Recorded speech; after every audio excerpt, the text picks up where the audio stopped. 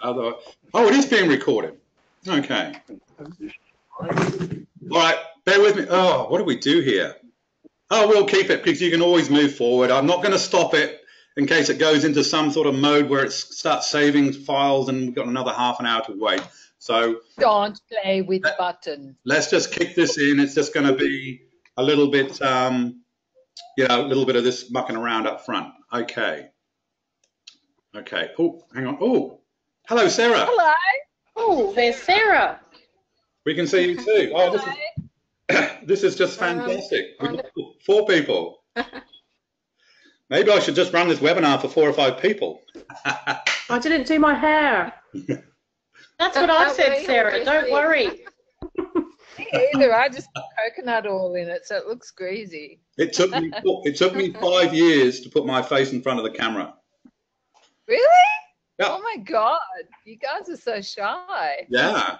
Well, I mean, you know, it's just when I say put in front of the camera, I mean it's yeah. It took a while before I sort of started doing this. But yeah, you get used to it, I suppose. But yeah, a little bit shy. All right, let's do this thing. You're not shy. You know. Okay, let's just see how we go. Just gonna move this up here.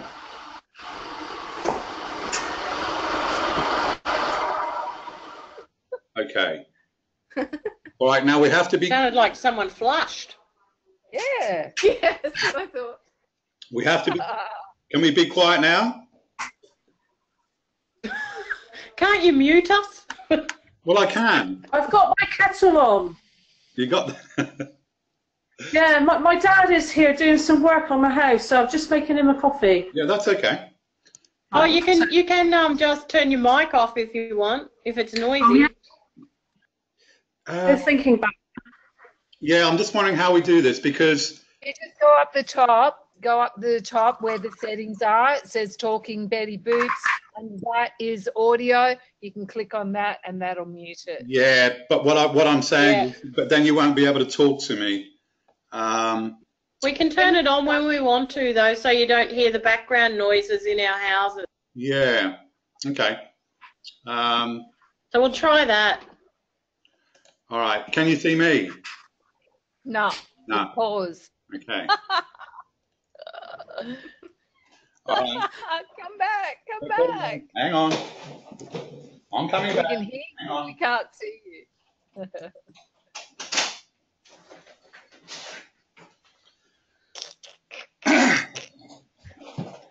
I don't want to mute you because then you won't be able to ask me questions. So I'm not.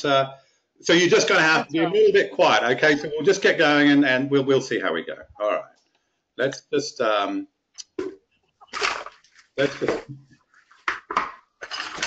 right. Hang on. Okay. Right. Biohacking webinar lesson number 4. Cellular membrane lipid dynamics. Sounds a bit complex, but what we're talking about here is the anabolic catabolic balances. Okay. I talk about this a lot. I truly believe that you could almost run a practice on nothing other than measuring and rebalancing these membranes.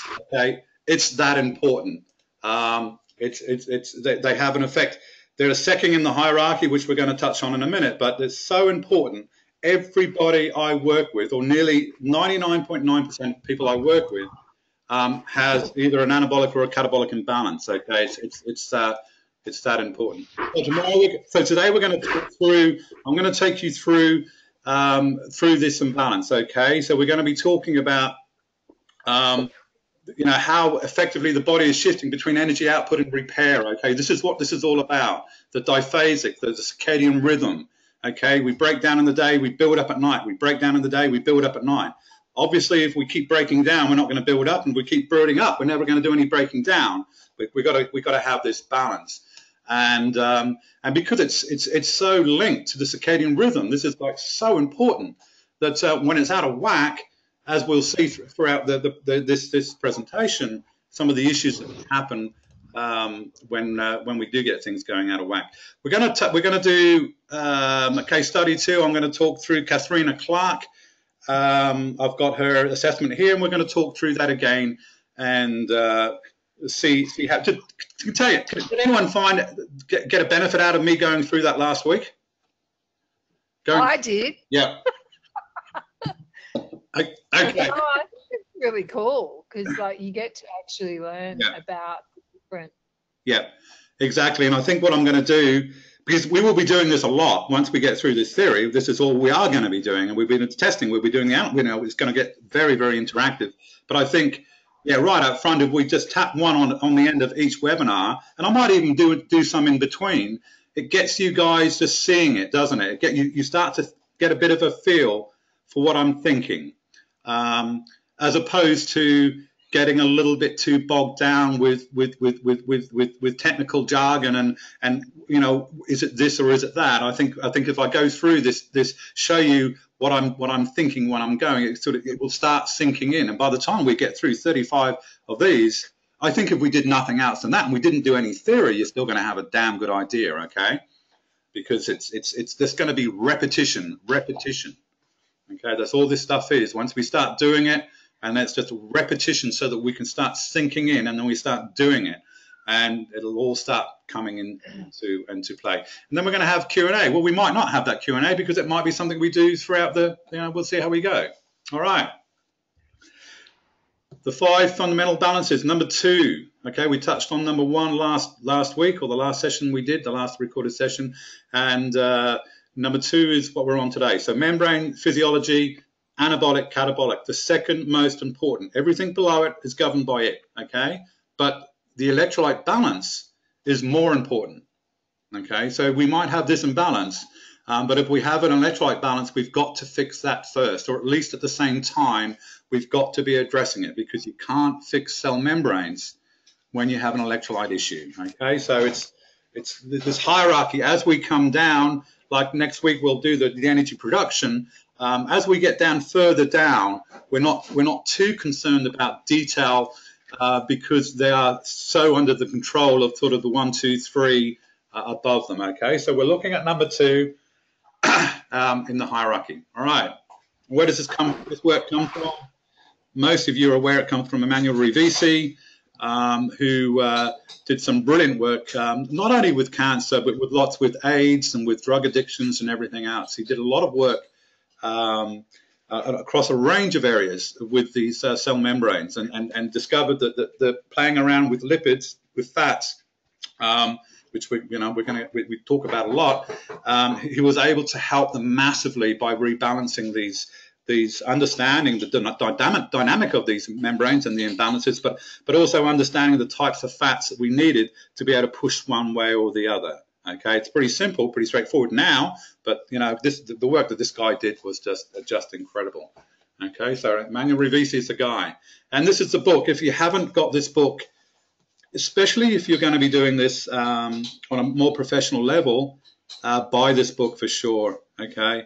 It can be a little bit of a head, it's not that straightforward, but once you read it through a couple of times and you start listening to some of my work, some of it starts clicking in, okay? The other thing too with this book is there are a number of exercises that you can do as far as testing to gauge whether you are more anabolic or more catabolic, okay? Because look, when we do this testing, we're doing a one-off, and if we do, if we're keen, we do a little bit more measuring. But the more measuring we can do, the more indication we're going to get, more concrete information we're going to get in regards to the severity of the imbalance. Okay, and he's got some really good exercises you can do in that book. I'd have a read through.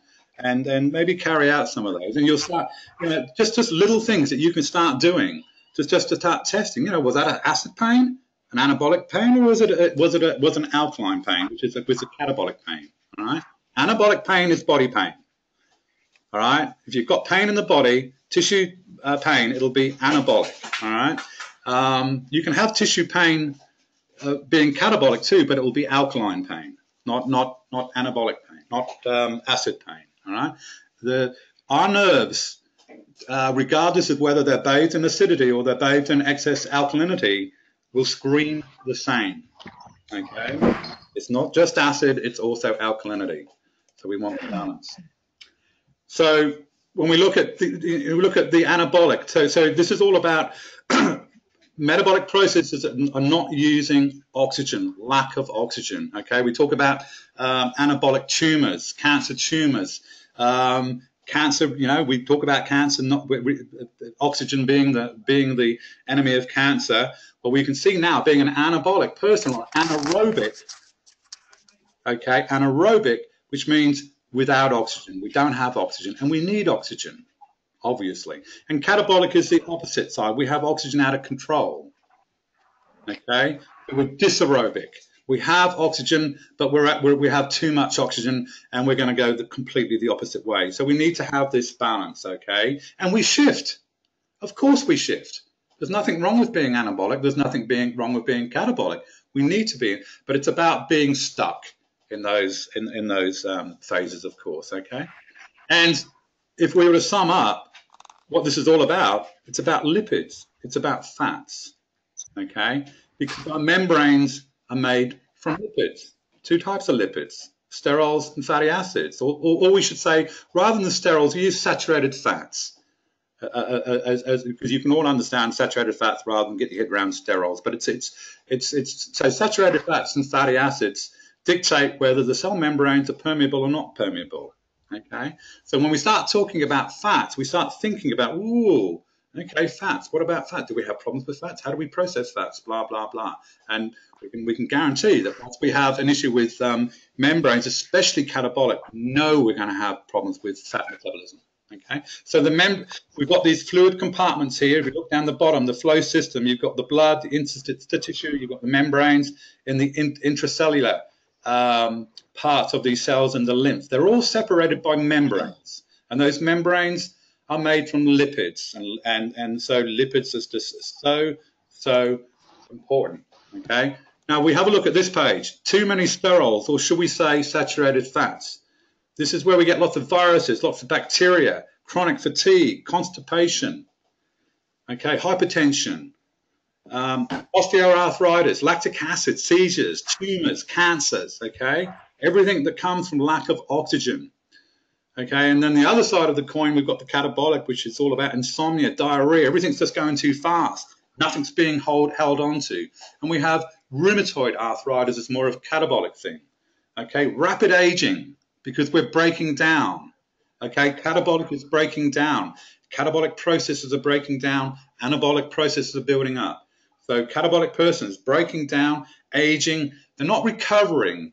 When I talk to a catabolic person, especially a catabolic girl, what I'm seeing is a girl that's losing her life energy. It's slowly slipping away. It just doesn't, we don't seem to be able to ever get ahead. One step forward and two steps back sort of thing. Okay, this is typical of a catabolic person because your body's not holding on to everything. It's not holding on to anything. Whereas anabolic, they can't let go. And this can be reflected in your other personal life as well. Okay, and quite often there's quite a strong correlation with, you know, just the fact that the person in life has trouble letting go things. Typically, they're anabolic. And the person that typically can't hang on to anything, typically is catabolic. It's crazy. Okay. And if you look at the graphics there, you can start to see now the reason these fats, they align themselves according to the polar groups, and you can see these the top picture here is a balanced state, and you can see the fatty acids are like negative charge. You can see the negative polar groups on each end. They align themselves that way for the set, and you can see that we can actually get. This allows things to come into the cell membranes, whereas the sterols or the fatty or the saturated fats, they're positive polar groups, and they actually align themselves the opposite way, and they actually stop things coming in. Okay, so it's all about this balance. And if you have a look at the anabolic state, you can see there's too many sterols, too many fatty acids. See all those, and there's nothing can get into the cells. Bilipid layer, by the way, we've got two sides. Okay, you're coming in from the top. You're hitting the sterols, and you're going into the cell through the other side. Okay, so too many sterols, too many saturated fats, positively charged polar groups there for the anabolic state. And the catabolic state, you can see we don't have enough. There's too many gaps. Too much can get in, too much can get out. We can't hold on to everything. Okay, and you know what? It really blows me away that I don't see more people looking at this, because working in this business for the last 5 years or so, it's so obvious. And you start fixing this thing, and fixing these membranes, and it can make such a massive difference so quick. But if you don't address them, you can start to see how you can be running around in circles for the rest of your life chasing your health, or at least chasing to optimize your health, without getting anywhere, because you just don't have the means to this fundamental means to be able to get things in or get things out. Okay, it's all about balance. Okay, well, that's just another. Can I ask a question? You can. Please. So how do you make a person who's catabolic be less catabolic? Like, you don't want them to go anaerobic, anabolic, do you? No. You want them to go in the middle. Exactly. So, we'll talk about that as we go through. But okay, if we've got a catabolic person, we need to push them anabolic. If we have an anabolic person, we need to push them catabolic. All right. Now we need to then obviously observe and monitor to make sure that as we see our bodies shift, and I'll be talking through some of the criteria and the markers that we'll be looking for. We're going to go through that. But it is as simple as that. I'm a highly catabolic person. Well, start with, you've got to start eating some fats, okay? Saturated fat. So you start thinking straight away, as soon as you know you have a catabolic person, you're going to have problems with gallbladder, all right? You're not getting your fats, or you're not eating the fats. And that's pretty easy to determine. So the very first thing you do is make sure that we get the basic requirements for these cells to be able to do what they're supposed to do, and that's get the fats. As soon as you hear fats, you hear lipids. As soon as you hear lipids, you hear gallbladder. And if you've got a gallbladder problem, you're going to have a liver problem, all right? Because it's going to clutter up the liver because of the gallbladder's sluggish. So this is why clearing the gallbladder and getting the gallbladder moving and the liver flowing is so important. It's everything. Okay, but we'll talk about specifics a little bit further in. The biomarkers, we've got it all there. Okay, and we'll show you what to look out for, what to measure for, and when we're in balance. Okay. So anabolic definition, anaerobic, we talked about just now, without oxygen. Okay, so we don't have oxidative energy metabolism as we should. Okay, lipids with polar groups. This is the sterols, alcohols. I'm talking about saturated fats here. Okay, dairy is one of the best fats for saturated fats for this. Okay, the catabolic definition, dysaerobic with oxygen, lots of free radical and peroxide formation because we've got so much oxygen out of control, too much. All right, body can't use it, and this oxygen is a very unstable molecule. Okay, so we've got too much of that going on, we're going to have chaos. There'll be a lot of free radical, which then breaks us down, and then we have premature aging. Okay, and the lipids have a negative polar group. Okay, they predominate. The fatty acids, ketones, okay, aldehydes. All right, but just don't worry about the fatty acids and saturated fats. Just don't worry about anything else. Okay. So even right away, you can start to see, well, if we're catabolic, let's add some saturated fats. If we're anabolic, let's add some fatty acids.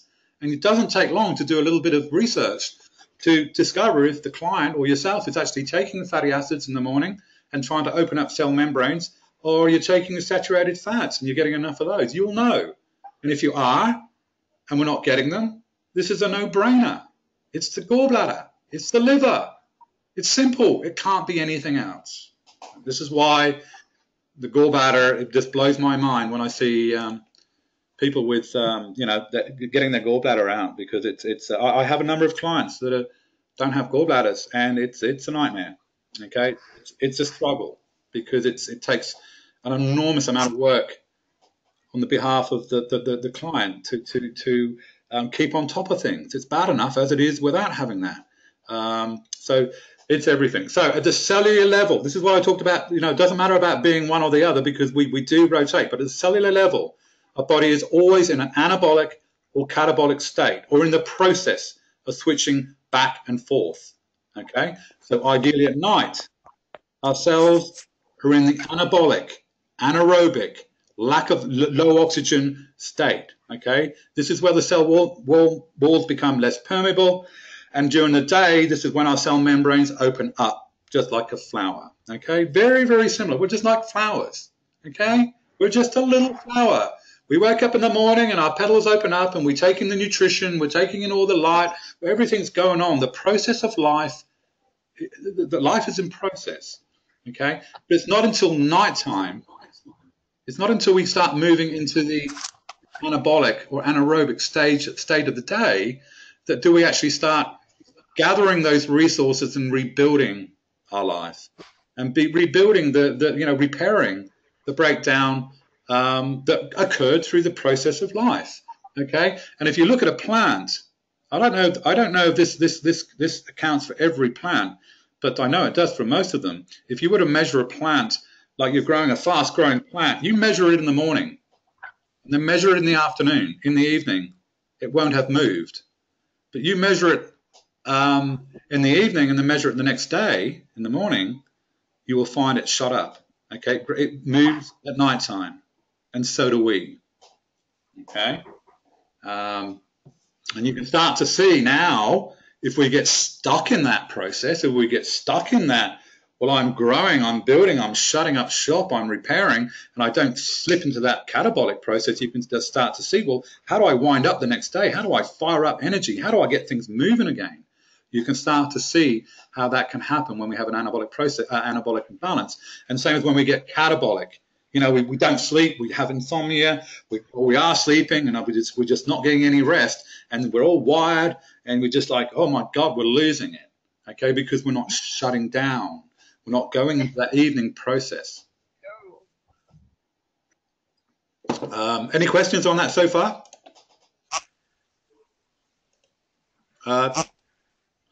I can hear something, but it's only a little. Did someone just ask a question? No, I just said it was terrible, the insomnia. That's okay, all right, because I was hoping you could hear me. Okay, the other thing too with anabolic especially, okay, lack of oxygen causes the body to say, well, how do I produce energy? If I can't get oxygen into the cell, I need oxygen for normal oxidative process of energy production. We use oxygen. We know that. Most of us know that. But what happens when we don't have enough oxygen? Well, the body says, well, how do I produce energy? Well, it starts switching to anaerobic fermentation. All right. It switches. The body looks inward to say, well, I can't get oxygen from outside, so I'm going to have to switch to fermenting of sugars within the cell to be able to produce the energy I require to run this body, okay? But unfortunately, that's about 17 times less energy production as with the normal process, okay? So this is why anabolic people can be very lethargic and very tired and don't even wake up sometimes because they just don't have that oxidation going on, okay? Not only that, you know, as soon as we start talking about fermentation, as soon as we start talking about sugars fermenting, ooh, this doesn't look good. You know, this is anaerobic, lack of oxygen, cancer, tumors, blah, blah, blah. Okay, we're creating oxygen. We need this oxygen. We're creating an environment with an anaerobic body that's conducive to things happening that like an environment without oxygen. Okay, so is it any wonder these people are struggling for energy? Okay. So without the strength and balance on both of these anabolic and anti-catabolic forces, you cannot produce oxidative energy in sufficient quantity to power the essential activities of highly vital life, okay? So this is what I was just talking about just now, okay? We can't prevent the oxidative free radical damage. It accelerates tissue degeneration and aging, okay? If I'm looking at a person that's premature, aging, little girl, skinny, wiry, a little bit wide, they're going to be very, very catabolic, okay? You can't maintain glycemic control. You know, is that important or what? Okay. Can you imagine trying to deal with glycemic issues when you have an imbalance here? When this system has a massive impact on sugar control, and we're trying to fix the body without looking at membranes? Come on. Maintain normal fluid and electrolyte dynamics in each of the body fluid compartments. This is where we got back to, I mentioned just now about the lesson last week about the electrolytes. You know, we can't with this imbalance, it's impossible to maintain. We've got to address those electrolytes first. And maintain normal pH in each of the 3 body fluid compartments as well, because this is the imbalance that really throws things in regards to pHs, because a catabolic person will have a very acid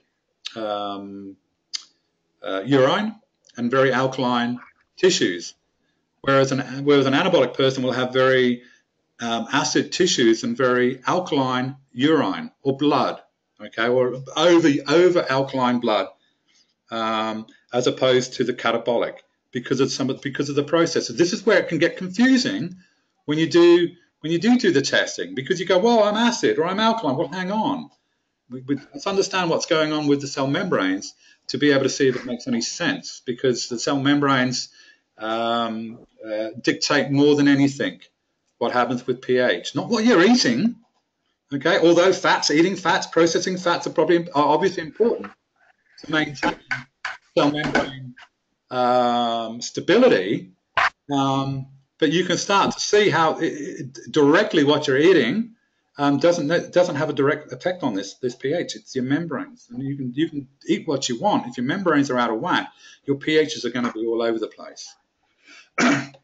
So, in other words, anabolic, catabolic forces play a part in virtually everything that happens in the human body. Okay, any symptom or condition that you can name is likely to have a component in one of these imbalances. Okay, really, really important. So, and we've got people out there doing work with healing, and we're not totally getting there because of this issue, because they're not addressing the membranes. Okay. So pretty important, don't you think so? Of course, you bet. It's all about the circadian rhythm of life, okay? The yin and yang. This is all about, you know, day and night, black and white, okay? So can you imagine what it would be like in the world, in the environment, if tomorrow morning the flowers didn't open? Can you imagine what would happen with the environment, with the bees and the fly? Everything else relies on this whole process, this whole diphasic circadian rhythm of life. When it starts going out of whack, you start getting some issues. Can you imagine if the sun didn't come up tomorrow morning? Okay, if this rhythm of life didn't happen, what would happen? Imagine the tide didn't come in tomorrow morning, or didn't go out. Well, the tide started to change. Everything's affected in the environment. We get chaos. And it's no different than what happens in the body. Okay, when we get this going on, we have chaos, we have confusion, we have uncertainty. We don't know what's going on, because this is such a massive effect on our body that's just throwing us, and we don't really know. We don't really, you don't necessarily know that's going on. But I'm sure some of you on this webinar, or at least people you know, be in this category. They're struggling with their life for so long, and they just don't know what to do. They've done everything, nothing's happening, and they're just a mess. Okay, cell membranes, jump on it, because that's what it's going to be. But there again, jumping on the cell membranes. What do we mean by that? We mean jumping on the gallbladder. What do we mean by that? We mean jumping on the liver. What do we mean by that? We mean jumping on digestion.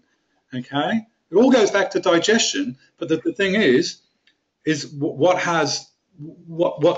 issues have we created through the process of poor digestion over a number of years? What has that manifested? Because we can't just fix digestion now, because we've got some other hardcore things that we've affected. We have to fix now. Okay? But it all goes back to digestion, and it all gets back to the gallbladder. Oh my God, this gallbladder is so So important. A diurnal cycle. So this is like this. We talk about that. It's okay. This is talking about the circadian rhythm. So the most anabolic state is at 4 o'clock in the morning. Okay, this is when we should be at our most anabolic. Our most. That's when cortisol kicks in too. Mm-hmm. Yep. Well, that's when it happens, about 4 o'clock in the morning. Okay, and we'll be at our tiredest then as well. Okay. Our most catabolic, and then from 4 o'clock in the morning to 8 o'clock, we start winding up. Our cell membranes start opening, and we go the whole day being in quite a catabolic state.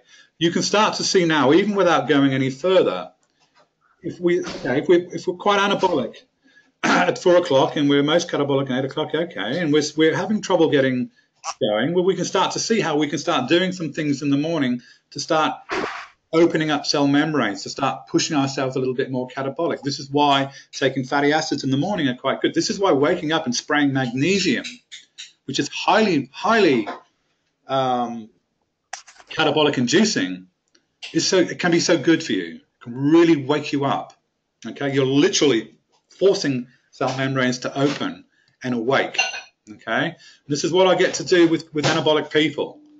Clients, I try and get them to start doing this in the morning because we're going to push.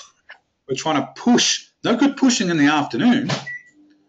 No good trying to push, a client, with magnesium in the afternoon, because in the afternoon or evening they're going to start pushing. We want to be pushing more anabolic. Okay, so the anabolic person we push in the morning, the catabolic person we push in the evening. Okay, the catabolic person we push to be more closed in the evening. We have more sterols at nighttime. We have dairy fats at nighttime. The reason why, back in the old days, we used to get sent to bed with a glass of milk. Kids used to get, lots of kids used to get sent to bed, have a glass of milk and go to bed. And we fell asleep. We didn't realize, and I'm sure Mum didn't know or Granny didn't realize, that the reason that happens is because we were forcing the cell membranes to close, because milk's a sterile. It's a saturated fat. Okay, we're actually forcing the membranes into the position they should be at that time of day. Okay, no point taking sterols in the morning, because we need to be catabolic in the morning. That's okay, unless we're absolutely severely catabolic and out of control. Well, that's just a little bit different. Okay, so anabolic we work on the morning, catabolic we tend to work on in the evening. Okay, and we're trying to. It's like a seesaw, we're trying to get some momentum. We're trying to push. We're trying to ease the body help it move into that cycle that it needs to go in. Okay, we get that pendulum moving again. Get that process going. Just give it some help. Okay. When we sleep, we increase sterols or saturated fats. Okay. This is an interesting thing to do if you really want to. This is a really good sign of whether you have acid or alkaline pain. Most people that are going to have pain, it's going to be acid. Okay, it's going to be more of an anabolic anaerobic pain more than anything else. But if your pain increases at nighttime, you can almost guarantee it's going to be an anabolic anaerobic issue. Okay, it's the body, it's over acidity, because at nighttime you're pushing yourself more into that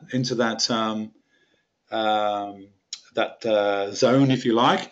And therefore you're going to feel it more. Same as in the day. If you wake up in the day, you tend to have more pain earlier in the morning, when your body will be pushing more catabolic.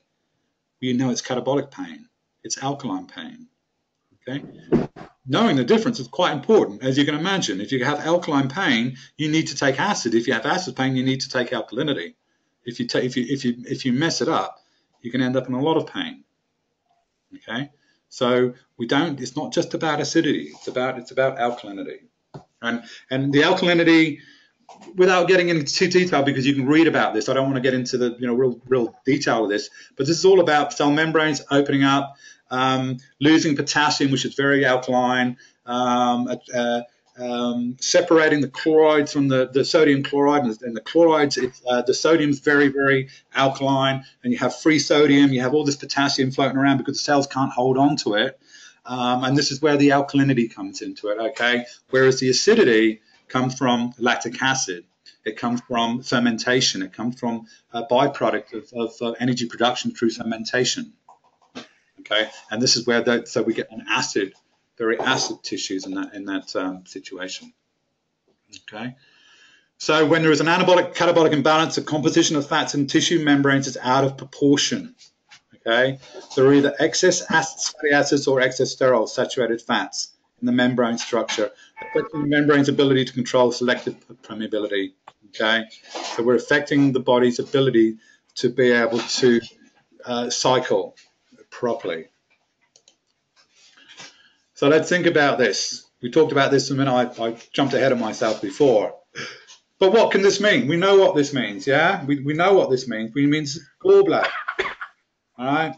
It's all about the gallbladder. And not only the gallbladder when we talk about lipids, but the gallbladder in general, just from general digestion, the lipids especially, okay? And we will go, the digestion webinar will be quite a big one. We'll go through each step of the process, and you'll start to understand the importance of having bile working, the gallbladder working as part of the whole process of digestion, because it's critical, because it provides the alkalinity, it provides the quenching of the acidity coming from the stomach. This is where digestion happens. Digestion doesn't happen in the stomach. It happens in the small intestines when acid meets alkalinity. The acid chyme from the stomach meets the highly alkaline bicarb from the pancreas and the bile, which is about 9 pH. The bile is 9 pH. Okay, it's that joining of forces. It's the meeting of those opposite forces that create the digestive punch, if you like, and that breaking apart. Just like if you were to have a bowl and put some bicarb in it and then pour a little bit of vinegar on it. This is what digestion is about, okay? The stomach is pre-digestion, okay? Where it all happens in the small intestines as soon as the acid meets the bile. And if you do that little exercise at home, pour a bit of vinegar or something on a bicarb, this is exactly what's happening. It's just a massive, big fizz. Suddenly everything just fizzes up and bubbles up. All right? Good oven cleaner. Okay? Hey, Mark. Yeah. One thing. Do you, every so often I'll get like a craving to eat lemons, and I ate 6 lemons at one time. Yep. Do you think that that's the body, this was well before I saw you, that's the body's way of saying, you know what, you need more acid, or why is it just a really overwhelming? Okay. Sorry about that. Not really sure. Okay. What I would say with lemons, okay, it's not the acid. Lemons are very alkaline. Okay, they have an initial acid punch, but then the alkaline minerals are overwhelming. So I've helped people turn their life around by stopping eating lemons because they were alkalizing them too much. Okay, so it's not the acid as such. What I would suggest, probably more than anything, it was the liver. Yeah, that's what I was thinking. You know that. Yes. Yeah, it's the liver. Now, why was it the liver?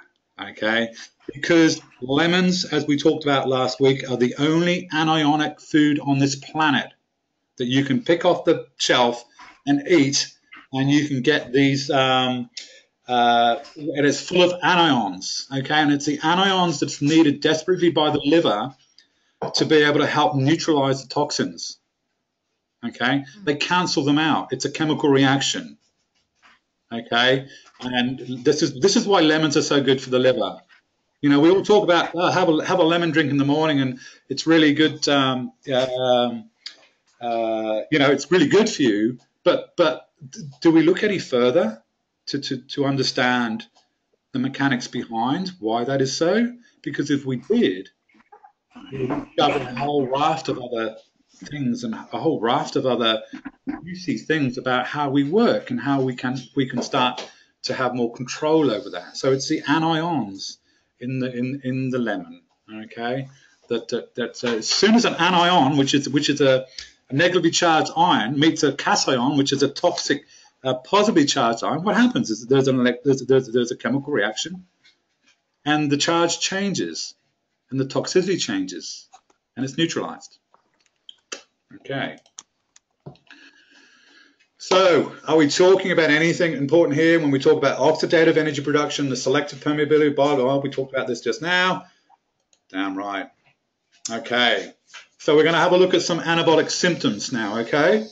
Oh, by the way, I've got 2 PDFs which I will be uploading with this on that page that that resource page I've got. So just like last week when I had those 2 PDFs, I've got the catabolic and the anabolic. So you will be able to go through those PDFs as well, which will cover a lot of this, okay? But let's have a look through some of the symptoms of an anabolic imbalance. Constipation. Now, just very briefly, just think about this. Constipation is a body that can't let go, yeah? Body can't release, it can't let go. So constipation is a damn good sign that you're quite anabolic.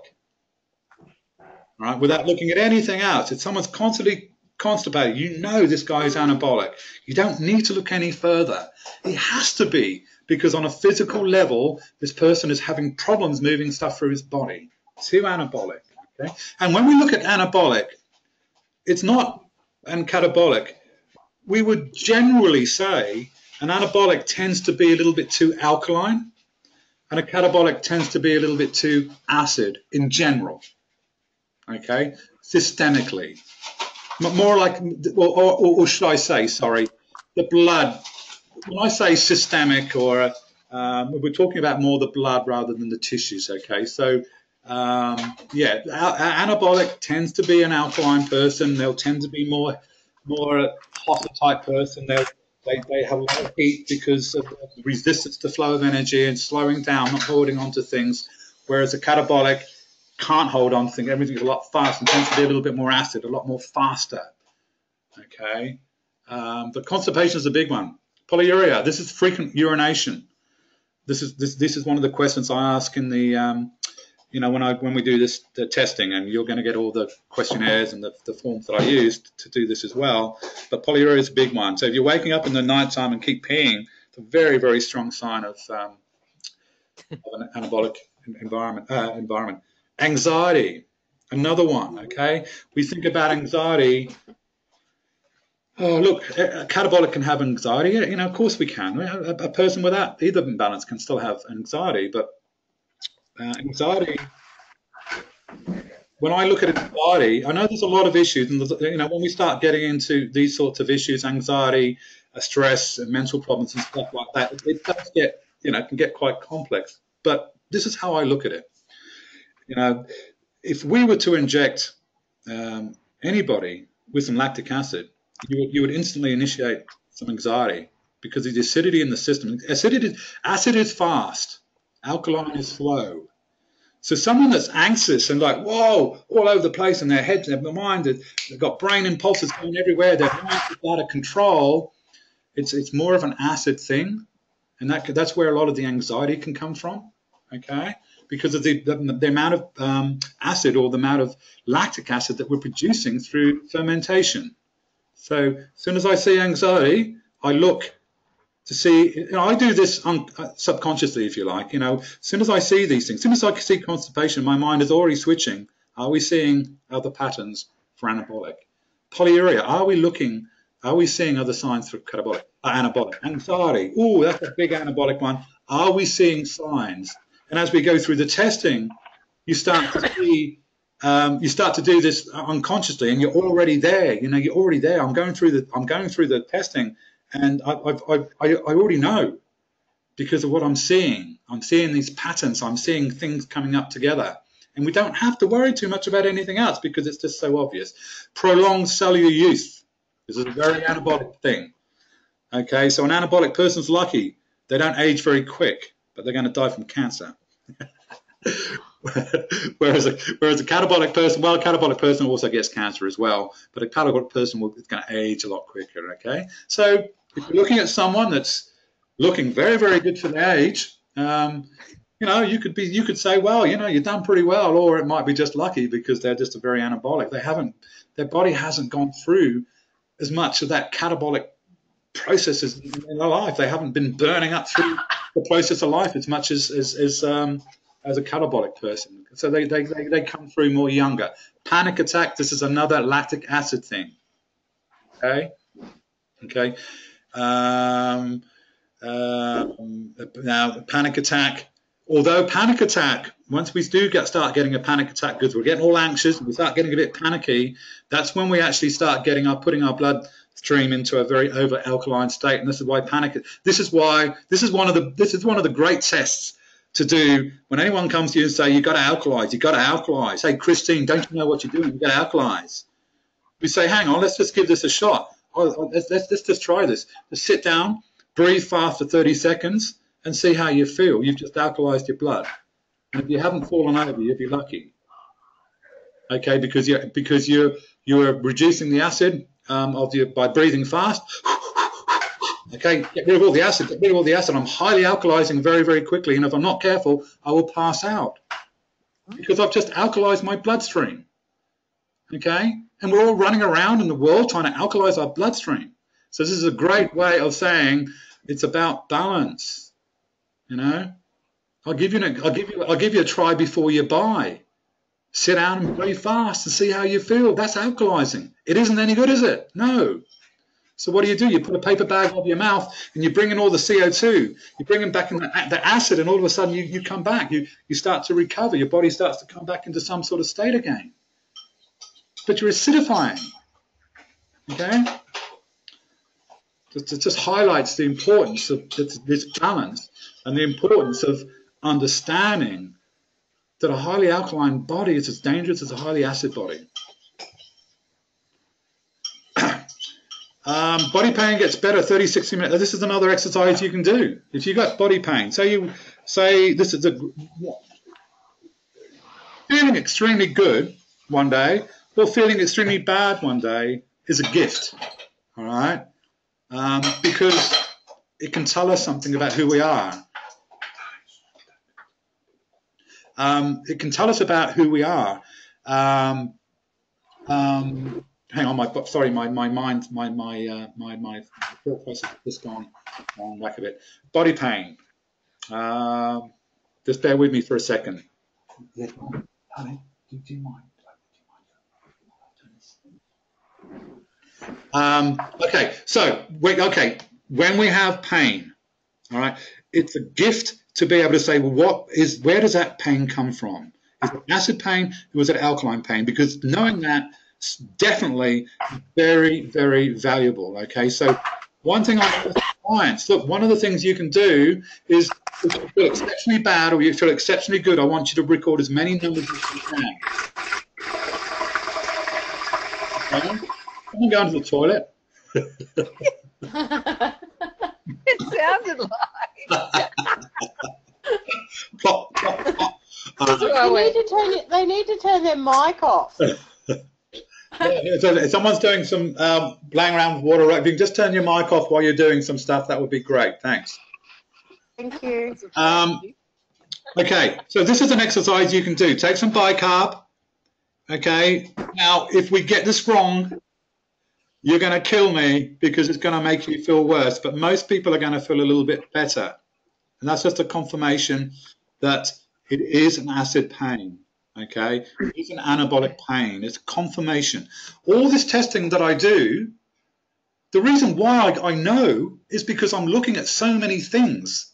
All right? I'm not just looking at one thing or one measurement. I'm looking at a raft of things and saying, do I see this pattern? Keep looking, and each step of the way, we get confirmation over confirmation over confirmation, and it gives you that confidence that we know where we're at. Okay, so try that. Let me know how you go. It can be. It's not a fix, but it's a really good way of working out what's going on. Itching. You get a lot of itching going on, which is liver stuff anyway. Are people still hearing me? Yeah. That's okay. Yeah. That's all right. Yes. That's okay. I've got a little thing come up. So you maybe experienced degraded audio quality and whatever. Okay. Vertigo, sleeps deeply, hard to wake up. Okay, these are some of the symptoms. I don't know if there's any more here. Oh yeah, there's a few more. Hearing loss, high body temperature. All right. Now, high body temperature is, this is a big one for an anabolic and over-alkaline person. Person with over-alkaline urine will be quite hot because what we're doing is alkalinity slows down flow of energy. All right. Alkalinity slows down energy, acidity speeds up energy. In an acid environment, there are very few electrons. So electrons move very fast looking for a host. Okay? Electrons moving, this is about energy. Alkalinity, there are tons of electrons. So there's not that much room to move. There's not they haven't got that many places to fill up, so that the whole process slows down. Okay. Now, when you have an anabolic person or an over-alkaline bloodstream person who is trying to push energy through the body, what do we create? We create temperature. We create heat as a byproduct. Okay, as opposed to a catabolic person or an acid person, an acid bloodstream, trying to move electrons through there, there's no resistance, and therefore you don't have the heat. Okay. If someone's making cups of tea and coffee, could you mind turning off your speaker, please? It's coming through. Okay. So high body temperature, somnolence. Well, we talked about that just now. Can someone, whoever's Okay. It looks like it's Sarah is coming up as the sound that's coming through. Okay. I think it's my dad doing some work in my son's bedroom. Yeah, it's just coming through quite. Yeah. It's. Yeah. You can probably just turn your mic off and we won't hear it. Yeah, if you can do that, please, Sarah. You can still hear us. Hard to wake up in the morning. Viral problems. Tachycardia. Okay, sure. On to the antibiotic. Well, we talked about this just now, but this is a big one. Okay, the anxiety and panic attack. So if you were to induce a panic attack in someone, you could just inject them with some lactic acid. All right, doesn't matter who they are, what their background is, they have anxiety or not. This is what's going to happen. Okay, because of the lactic acid through fermentation. Okay, so. When you start seeing this, a panic attack, anxiety attack, what do we need to do? We need to acidify, quick. All right. One of the things I do when someone has inverted pHs, we talked about this I think last week, which means that the whole process is everything's sort of way out of whack when we've got this reversing of bodily processes. When we have that going on, we tend to get quite often. This is why I talk about what do we call it? Phosdrops. Okay, phosphoric acid drops. This is why phosphoric acid drops can help some people that are in this highly anxious sort of mode and weird and just feeling damn weird and really funny stuff going on. This will typically happen in a highly alkaline person that their pHs are inverted. Now, if you were to just take some phosphoric acid drops, okay, immediately drop your pH of your saliva, your urine, which is filtered blood, so you're pushing your blood a little bit more acidic. You can get instant relief. Okay, because it's. So if you don't have phos drops, yeah, what could you use as a short stop? Ascorbic acid. Help for somebody. Ascorbic acid. Oh, so vitamin C, ascorbic acid. Ascorbic acid will do brilliantly. Plant-based. No, ascorbic acid, the crap. Oh, so you want the crap stuff? We're not after vitamin C. We're after acid. Okay, so you want the rubbish vitamin C. We're not looking for vitamin C. We're looking for a means to be able to acidify the bloodstream without affecting the tissues too much, and ascorbic acid will do. Okay. Phos drops you can buy.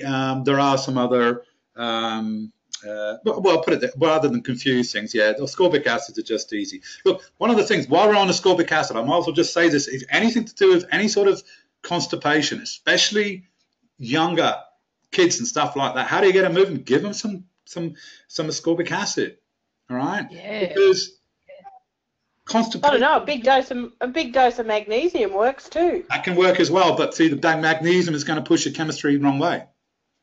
Yeah. You see? Yeah, but I didn't realise that till now. No, well, it may or may not. Make me go to the toilet. Yeah, but if you were, yeah, so you can start to see, well, maybe that's going to be a good idea, but if you have some other issues that's related to magnesium, well, then that will be a problem. And for magnesium to work, you are pushed yourself too far, okay? So for magnesium to work, you've pushed your membranes too far, way too far. You don't have diarrhea, you don't have constipation because you lack magnesium. You have constipation because you lack acidity in the system. Magnesium isn't acid. It will open up membranes, it will get flow, but it's going to do so many other things as well that you don't want to happen. Whereas ascorbic acid, phosphoric acid drops will not do that. They will just affect the blood and the urine and bring that down. Okay? So this is where it gets like, well, it all depends. This is why people get so frustrated sometimes when they ask me questions. Like, well, I don't know. It all depends. Tell me. It may be different. It all depends. You may be a catabolic person that's got constipated. I don't want to give you magnesium, you know. But in general, acid is slow. Acid is fast. Alkalinity is slow. So once we get, the opposite is a case for catabolic, where we're too acid. This is where we have diarrhea. And what's diarrhea? It's nothing but your acidic chyme coming from your stomach. It's too acidic. There's no way of quenching it because we don't have bile, we don't have gallbladder, we don't have the alkalinity of the pancreas to do that. And therefore the body says, get it out of here real quick because I've got an acid chyme coming from the stomach that's starting to dissolve my intestines, because this stuff is designed to digest protein. So once that happens, the body's get it out quick. So you get diarrhea. Whereas the opposite happens when you're constipated and it's slowed down. You haven't got enough acid. It's just too slow. Okay. And it can be, even with babies, I've recommended, just a little bit of ascorbic acid because it's so harmless on every other level. Okay. It's a bit like phosphorops are very good because phosphorops will push blood down, but it won't affect the tissues. We could take some of these things into consideration, because do we want to push tissues down? Maybe we do, maybe we don't. Maybe the tissues are okay. Maybe your saliva pH is fine, but your urine pH is way up. The last thing you want to do is push everything down. So this is where it gets a little particular and a little bit, this is where the smart stuff comes into it. Go, well, let's use our heads a little bit here. Just think about this just a little bit, so that we make sure that we're not conflicting, we're not doing things that can conflict with other things, okay? I'm going to just skip through this. You can have a read through this, but this is just anabolic and breast. This is in the PDFs anyway, but you can just have a bit of a read through some of these things. We don't need to you can have a look at that when you want to. So some of the anabolic biological markers, so these are some of the markers that we can start testing for now, start measuring for now. Urine pH, greater than 6.3. Okay, saliva pH less than 6.6. Okay, bear with me, I'm just going to get a drink. But you notice that these pHs are quite close together. Okay, so one of the big clues to an anabolic person are pHs that are close together. Why are they close together? Because there's not much going on. What's coming in is going out. There's no processes. There's no acid waste. Okay, urine pH is filtered blood. There should be more acid waste if we have catabolic processes in play. Okay, and so this is a very good sign that closer together. The more closer together. Now, when I say closer together, we've got to be careful, not just doing a one-off and going, oh, it was close together, I'm anabolic. When I start seeing them close together, this is where consistency and ongoing measurement can start getting very, very powerful, because is it consistent? Are we consistently there? And then we can start using these numbers as a gauge to gauge whether we are improving this imbalance. Are these pHs moving further apart? Is our urine going down, and is our saliva coming up? Okay, that tells us that we're moving more closer towards a balanced system in regards to the cell membranes. You can see this is all about the cell membranes again, this pH. It's all about the cell membranes, not about what you're eating directly. Okay, so closer together, anabolic, further apart, more catabolic. What we're looking for ideally, whenever I'm looking at if I were to see a 5.8 urine and a 6.6, 6.8 saliva, I'm as happy as Larry. All right, I don't even like over 6 for urine. It's too high. And everybody's chasing 7, 7.5, or some other crazy stuff. Crazy. Saliva MS. So some of you guys have got the conductivity meter. You can do. It's less than 4.5. Okay, that's millisiemens.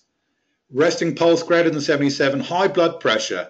High blood pressure again, because we don't have flow, we don't have movement, we're not letting go of things, so we're building up stuff. We've got junk. We tend to be more high blood pressure. Catabolic person tends to be more low blood pressure. Okay, I'm going to keep repeating this. Anabolic, anaerobic, holding on to things, can't let go, so we're going to build up pressure. Catabolic person, catabolic, can't hold on to things. Everything's let go, so it's going to be lower blood pressure. Okay. Low debris in urine. This is interesting, and this is something you can do, especially to test. You can do like in the morning, well, especially later on in the evening. Test your urine, have a look, and put it in a clear jar, and have a look to see if you have been that catabolic in the day. You should see all little bits in your urine. Okay, it's a little bit subjective, but you'll get a feel for it. Now, if you look at your urine at any time of the day and it's completely clear, we can almost guarantee you're very anabolic. Okay, if it's very full of crap and bits and pieces, and when I say they're only tiny bits and pieces, but a little bit harder to see through, that's a sign that there's more catabolic process going on. Okay. Once again, we don't have to be too hung up on this, because we're looking at everything else at the same time, not just looking at the one thing. Okay.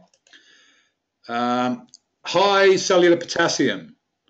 Okay, so an anabolic person, the cells tend to be holding onto the potassium. It's not letting go. So the serum or the blood tends to be low in potassium. The cells tend to be high in potassium. Okay, can people still hear me? Yeah.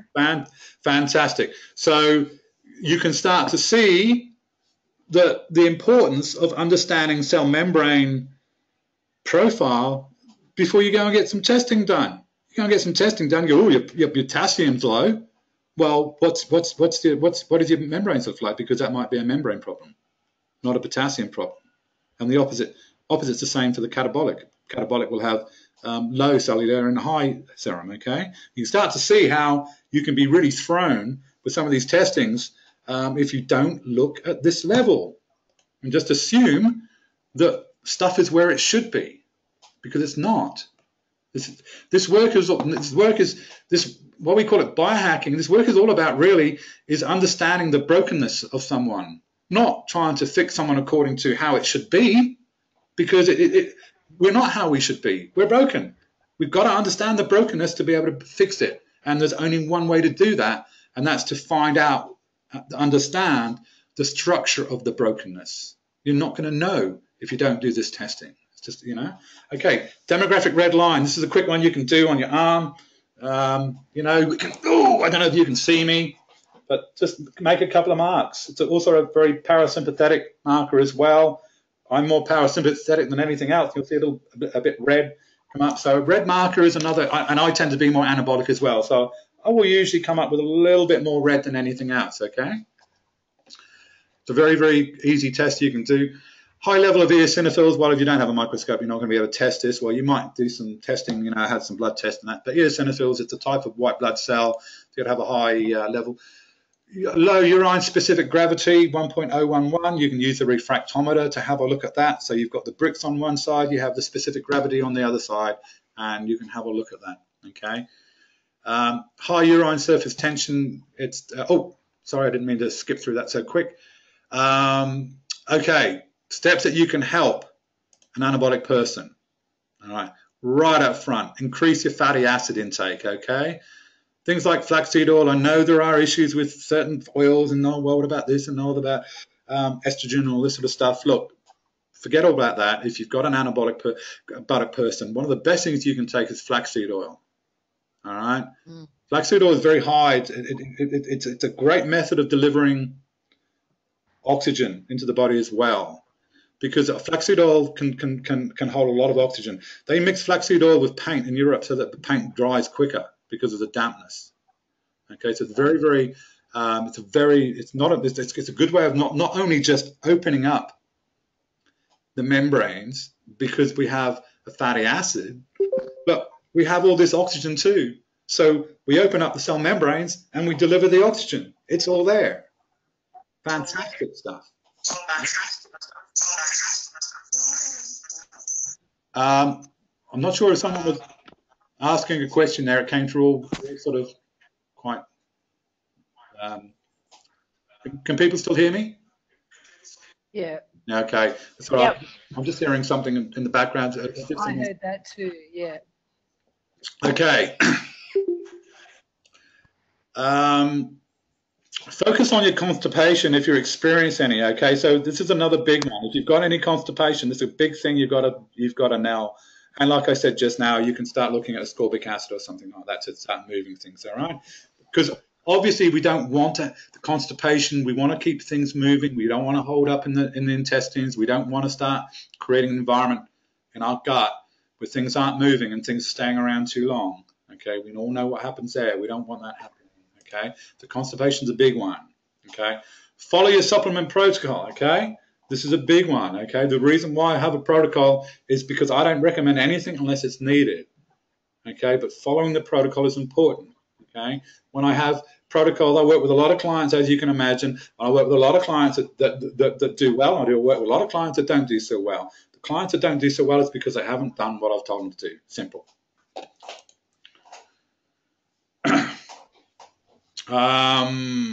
This is just about the constipation again. Okay, we all think about, when we get constipated, we don't think about it being a big deal. It's not such a, it's not so apparent to us that this may be we can get constipated because we've eaten some wrong foods and things can happen. That's okay. We get stressed sometimes. We can get constipated, but in general, we don't necessarily look at it as such a big deal, but it is. Okay. A lot of people have heart attacks when they're constipated. Mm-hmm. Yes. I actually lost a friend. He was like on the toilet and he just had a heart attack and died. Yeah, how's that? That's terrible. Well, that's right. I mean, a heart attack is a typical anabolic thing. Okay, he would have been highly anabolic. He would have been highly stressed, highly not everything, holding on to everything, and even his bowels weren't releasing. Where is his pressure going to go? How the body going to deal with it? God, take some freaking ascorbic acid. You release the pressure. You get some flow going, and everything starts moving. All right. If you walk around town and you see people that are quite big, they've got beer guts and sluggish, they're all anabolic. Too many fats. Okay, too many saturated fats. Way too many. All right, these are the big people. People that can't lose weight. They're just, the body just can't deal with it. Okay.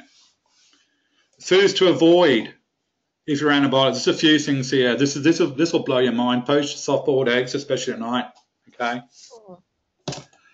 Clarified butter, or ghee, butter, cream. These are all anabolic inducing foods. Okay. Butter, cream.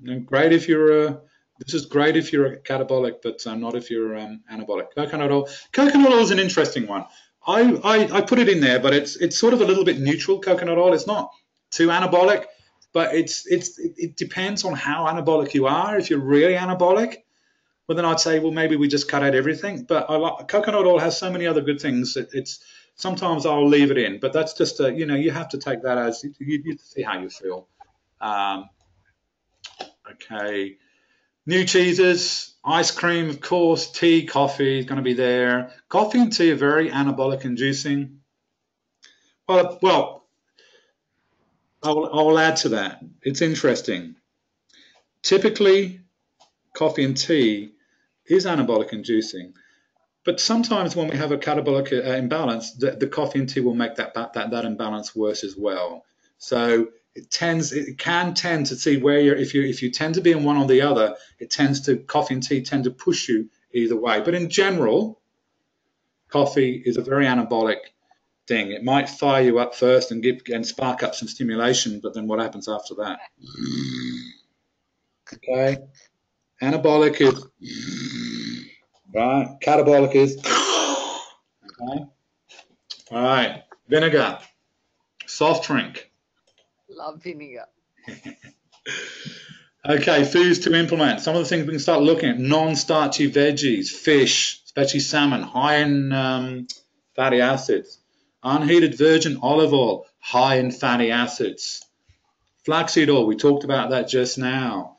Ground flaxseed, probably even better than doing the flaxseed oil. Ground them yourself so you've got fresh, so you don't have oil that's been, it goes off so quick, it starts to ruin it very, very quickly. Lemon juice, citrus fruit, sardines, Yum. fried or omelette style eggs, okay, in the morning especially, because this just gets you to wake up. Like we're trying to get your body to wake up, do something. Here's some eggs, burn through it, boyo. Okay. Some supplements. Now, I have gone through some supplements before. I'm going through supplements now. I don't want you to get too concerned when we get through to the a few weeks down the track, when we start getting into the more detail and we start going through the case studies and we start saying, okay, well, what am I thinking about with supplements and whatnot? We're going to have far more information. Okay, so I'm summarizing here, but we must remember there may be some contraindications, and I will be covering all of those down the track, because I don't want you to just run away and start doing this without thinking. We've got to look at the whole picture, but this is just in general. So anabolic is an Empirical Labs product. It's brilliant. It's developed specifically for this imbalance. Okay, like all Empirical Labs products I use, they're developed for this technology, this testing. And anabolic is just a whole mix of amino acids and minerals and whatnot, designed to push cell membranes more open and to keep them open and to wake you up a bit. Okay, and you can see, take with breakfast or lunch. Okay, you don't take anabolic at night time when you should be anabolic. You take anabolic in the morning. Okay, you take it because we're pushing. We're anabolic, so we're trying to push ourselves. Let's take some anabolic in the morning and see if we can force this rhythm. And if we do that for a while, we get the body back into this pendulum running as it should do, flowing as it should, then we can walk away and it still keeps going. Okay, we're just getting things moving again. This isn't stuff you have to keep doing. If you have to keep doing, something else is wrong. Flow A, I talked about that product. I take Flow A myself because my body wants to be more anabolic. Slow oxidizer tend to be a little bit more like that. So I take Flow A sometimes. It's great. This is what Revisi used with. Revisi basically ran most of his cancer practice on nothing else other than using Flow A. Okay, it's a special type of magnesium that does very, very good a job of opening up membranes. So taking a few drops of this stuff can wake you up, and you feel it. You go, oh, just something's going on. I've got a bit more flow going on. I can just feel, and that's the membranes opening. Okay, vitamin B12. A lot of anabolic people, they tend to be lethargic, tired. They tend to be too slow. Their guts problem. They tend to have gut problems, digestive problems. Not getting B12. B12 can really help. B12. Especially the liposomal stuff that I use, it's just absolutely brilliant. The girls love it. Okay, it can really give you a bit of a boost.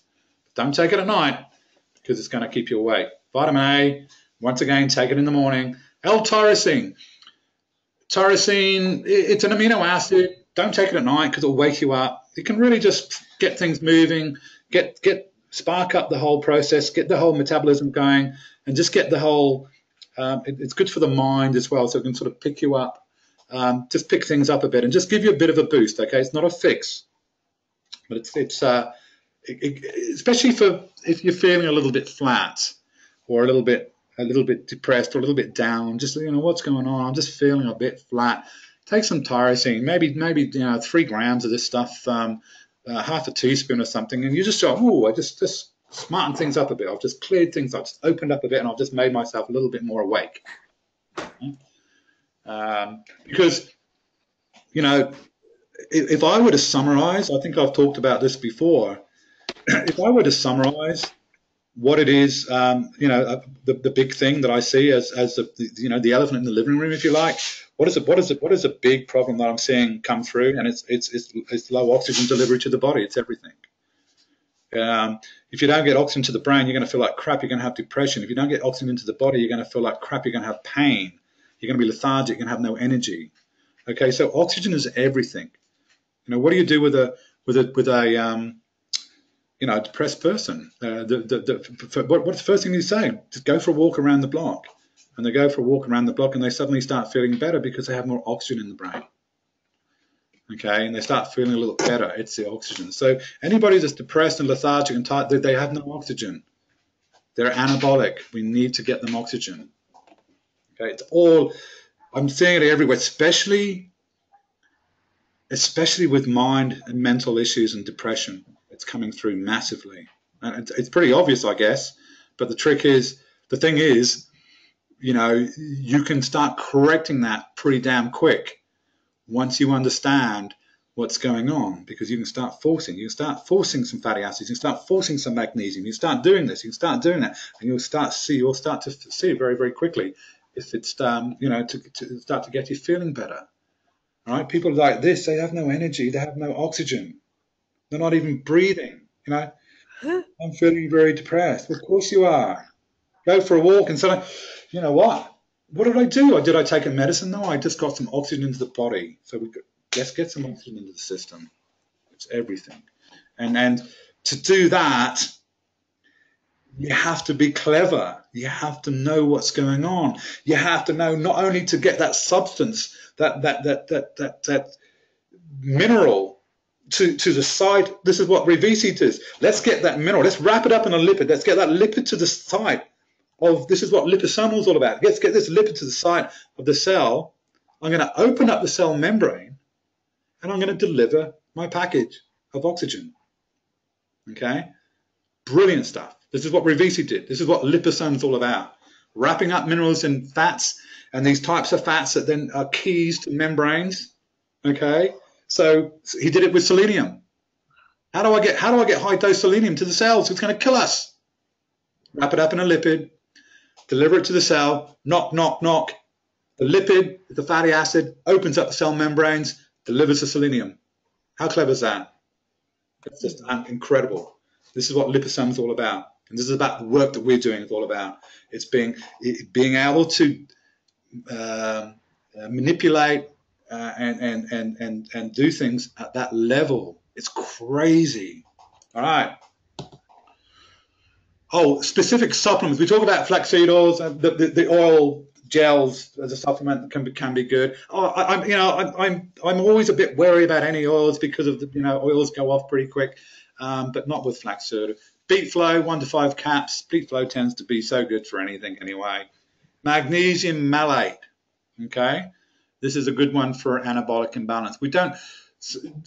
Depending on the type of magnesium, do we use a magnesium chloride? Not necessarily, because the chlorides can be quite acidic. The malate, actually the malate's quite acidic too, so what am I talking about there? But anyway, magnesium malate is probably one of the best ones. Malic acid, great for body pain as well, muscle pain and stuff like that. Okay. MSM, I probably should have had this right at the top of the list. 1 to 2 or 3 teaspoons twice per day. MSM, magnesium are the most catabolic inducing minerals on the planet. Okay. Mark? Yeah.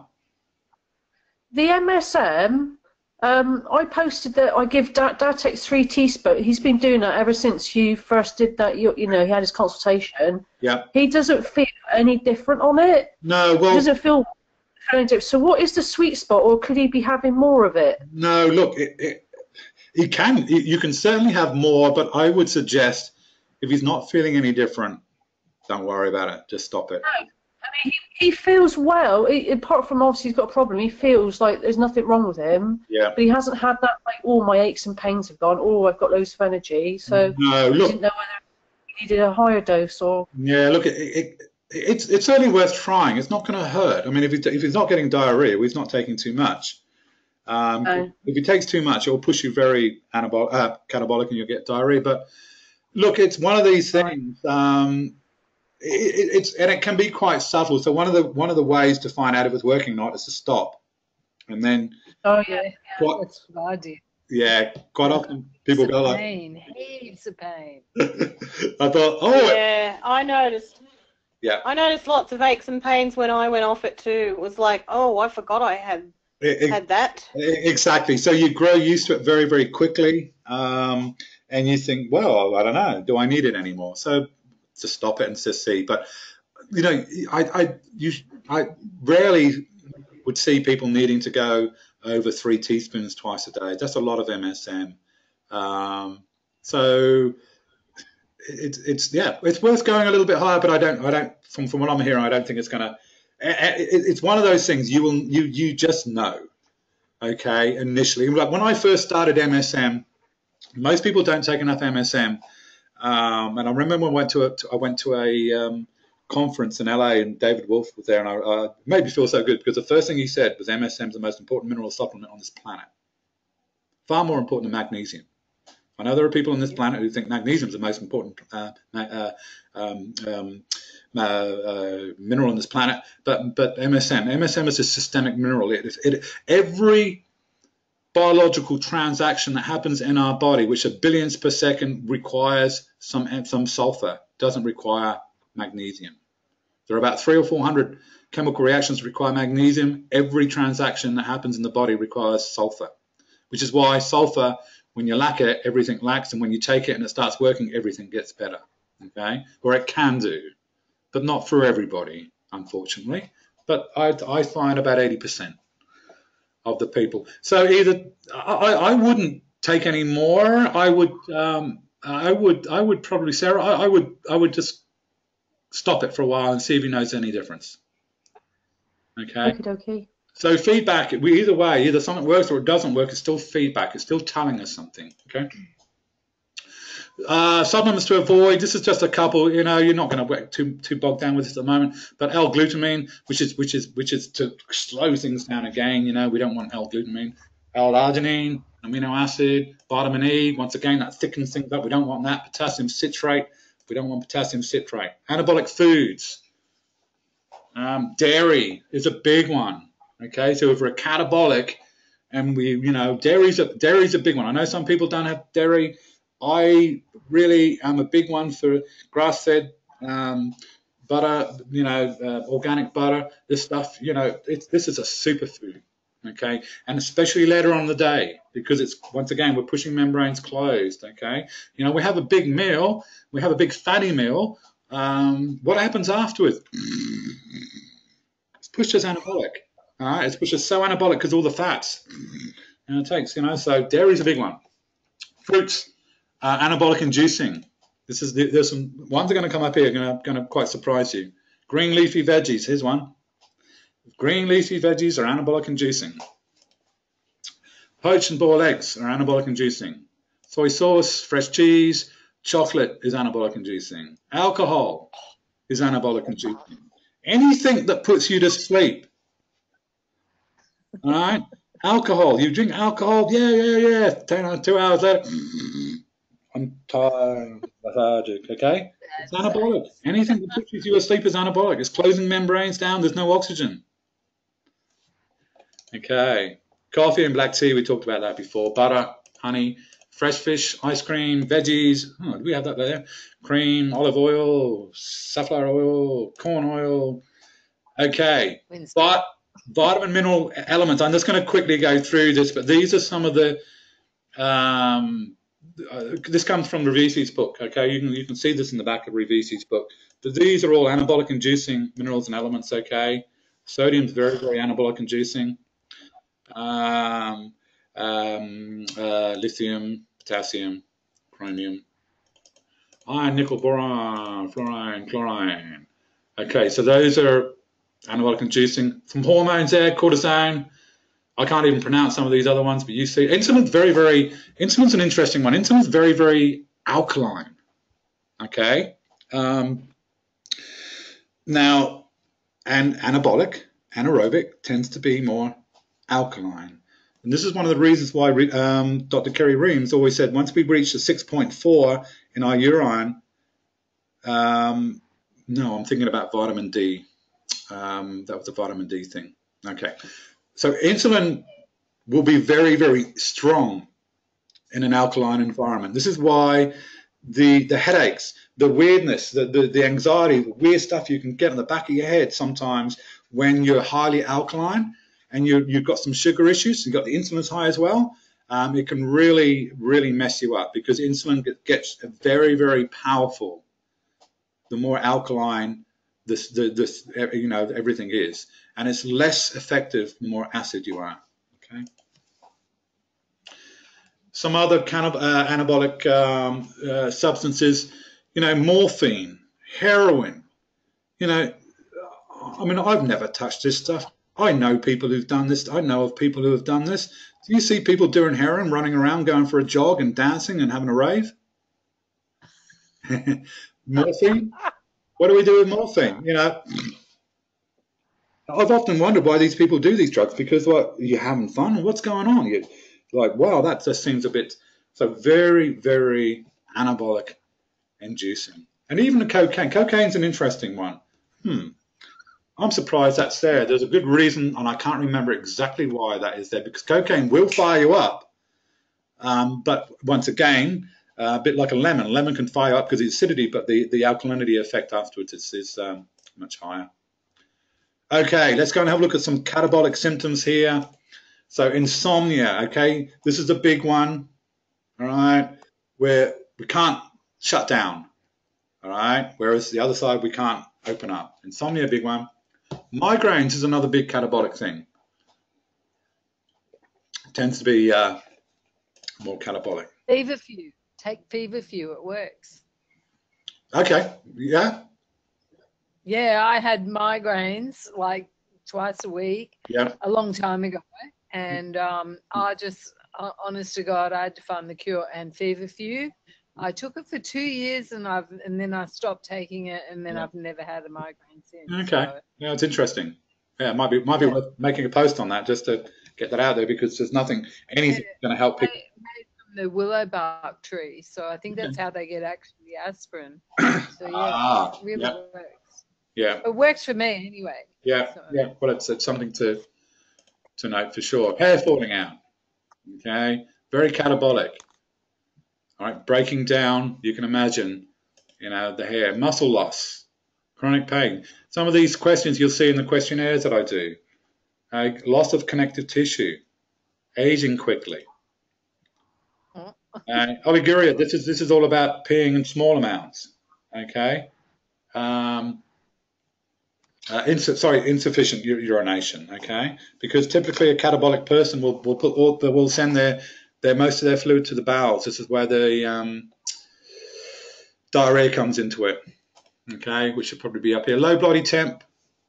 Typically, this is low body temp's a big one. Okay, you feel someone's. The first thing I do when I look at a client, obviously when you're working with a client or with a friend or whatever, is half of the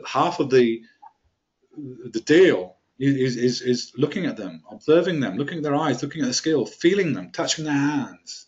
Do they have circulation? What's going on? And as soon as you start feeling low body temperature, we know that we've probably got a catabolic person. Okay, they're always cold. They're having trouble getting some heat.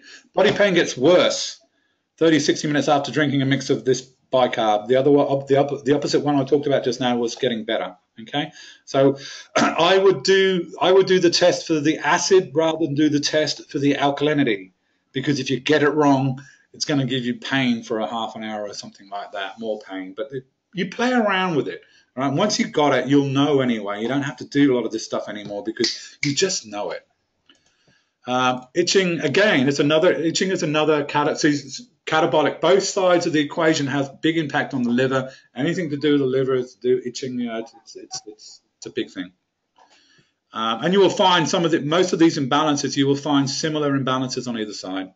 Aging quickly, muscle pain, arthritis, especially rheumatoid arthritis, okay? Soon as someone's got rheumatoid arthritis, it's a big, big sign we've got a catabolic issue.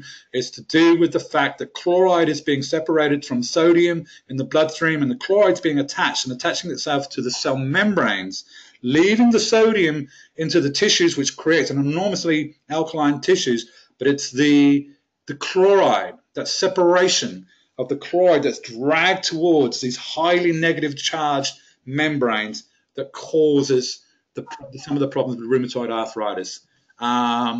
So what you need to do is to be a little bit clever and say, well, let's take some sodium ascorbate. And we take some sodium ascorbate and we get that into the system. And what happens? The sodium attracts the chloride away from the sodium ascorbate attracts the chloride away from the cell membranes, and you can get relief very, very quickly. I've helped people get relief from RI in a matter of 2 days by taking 2 to 3 milligrams of sodium ascorbate twice a day. All right. I don't fully understand the mechanics of everything to do with this issue. I don't need to. If we've got it and we can get that working, we know it's a catabolic thing. We start fixing up the catabolic issue. We know it's gonna go away. Okay. Hey, Mark. Yeah. Sorry to interrupt. No, you're not interrupted. With vitamin C, another trick that you can do is you can get a 2-liter bottle of water and you can put like the vitamin C in that, and so you're therefore sipping it through the day because you don't want to have it in one big hit. Yeah. Because that generally gives you diarrhea. So that's probably another way that you could get it. Yeah, exactly. Well, put it this way: if vitamin C is giving you the diarrhea, and it doesn't give someone else the diarrhea, then once again, it's still another indication that the body's probably already on the edge of being too catabolic. Okay? I mean, I can take vitamin C, I can take ascorbic acid. It won't give me diarrhea because I'm so far away from being a catabolic person. So it's not. So it's just another indication. You know, it's a good point. It's just another one of these little indicators. Okay, you can see we're looking at hundreds of indicators here.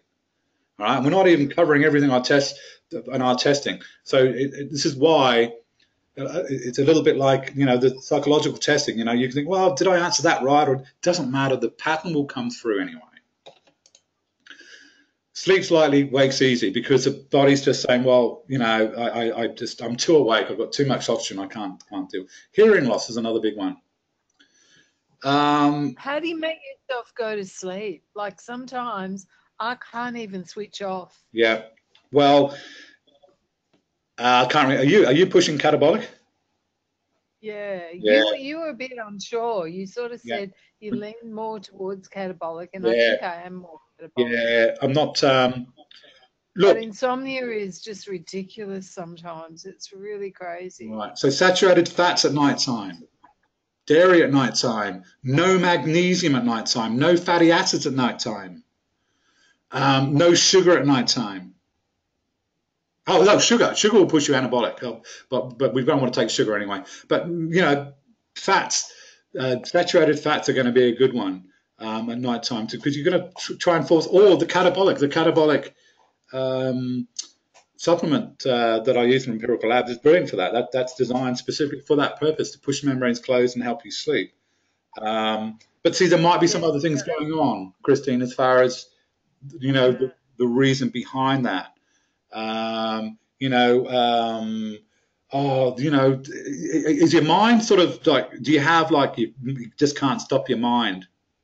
Yeah, look, sometimes I'm not falling asleep till 5 o'clock in the morning. Yeah, that's no good. It's crazy. Uh, It's just, oh, yeah, there is. I can't remember the supplement something you need to take to slow down those brain impulses. Leave it with me. Um, okay. oh, I can't. I guess we'd all like to know that one. Yeah. Well, yeah, I mean, Because there are times we all are in that state, but once again, it is a menopausal symptom. well, but then you have to. Yeah, but it's crazy if it's night after night. You know what I mean? You got to Oh, look for at somewhere sure. Yeah. I've just gone through a withdrawal from a drug, and it was one of the side effects was insomnia. Yeah. So I've just been through a heck of a time with that. So I would have really liked to have known what the supplement is, Mark. Yeah. Oh, look, it's a common one. I just can't get it off the top of my head at the moment. You'll know as soon as I say. But I will look at that. It's not, and it's not necessarily the answer. Okay. Say GABA. Yes, GABA. That's it. GABA. Oh, GABA. Okay. Yeah. What is it? How do you spell it? GABA. GABA. GABBA. Yep. GABA. GABA. I can't pronounce the GABBA.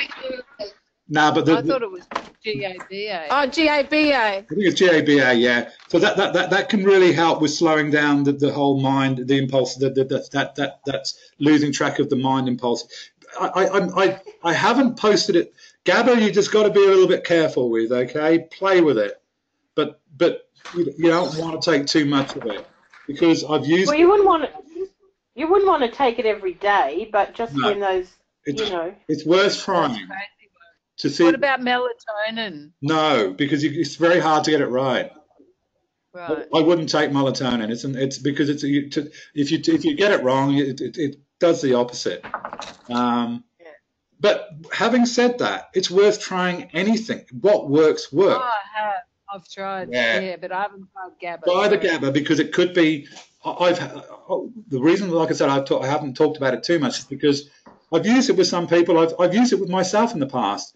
And I just didn't like it, but it sort of, I don't know, I just didn't get my head around how well I didn't seem to see the results that I was expecting based on the research. So, but give it a shot, GABA. Yeah, give it a shot because I'm a human guinea pig. I'll do anything. Yeah, especially with these mind impulses, okay, because the GABA slows down those connections, the movement of the neurotransmitters, that just slows things down a bit, so you're not so your mind can relax a bit. Okay. It's got GABA and a little 2 above it. Not sure what the 2 is. But Twice as good. That sounds good. Get someone, give it a go. All right. Make sure you report, Christine. Put it on the site what your result is. Yes, great idea. Oh, okay. Oh, I'm the guinea pig now. That'll be good. Yeah, well, give us some feedback on how it works for you. Yeah, all right. That'll be good because it's obviously a big one, insomnia. It's one of the things I try and work on right up front. Catabolic does that, but it's a supplement as well.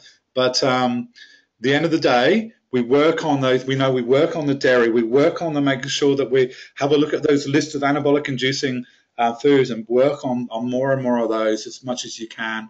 And it is a hard one, as you will know. Once you start waking up at 3 o'clock in the morning, you always wake up at 3 o'clock in the morning. Your body gets into this habit, and it's very hard to break. So it's a process. We just got to ease the body and slowly try and push it back into the right into the right mode. Okay, it says here it's an amino acid which acts as a neurotransmitter in the central nervous system. It inhibits nerve transmission in the brain, calming nervous activity. As a supplement, it is sold and promoted for these neurotransmitter effects as a natural tranquilizer. Yeah. Okay. Yeah. That sounds pretty good. Give it to me. Bobby. I don't know. That's why I ditched No. fluoride, because it was interfering with the brain. Well, we can either use that or we can go and chase up some of that heroin or morphine, I suppose. We'll do the same thing. That's going the opposite, isn't it? Hair loss. MSM grows your hair back. Oh, You're in my back. yes. It's actually hair loss. Yes, MSM can be so good for so many different things. Now it's interesting because catabolic is MSM is a catabolic inducing mineral, and hair loss is catabolic. So we go like, ooh, that doesn't make sense. Well, it was the MSM helping improve digestion, clearing the liver out, getting the gallbladder moving, getting everything flowing. So you were actually able to get the protein, because your hair is the last thing to get protein. All right. So if you are losing hair, you're not getting enough protein, probably more than anything else. It's not reached the hair. It's not going to give you a hair protein when everything else is suffering. So your hair is the last thing to get the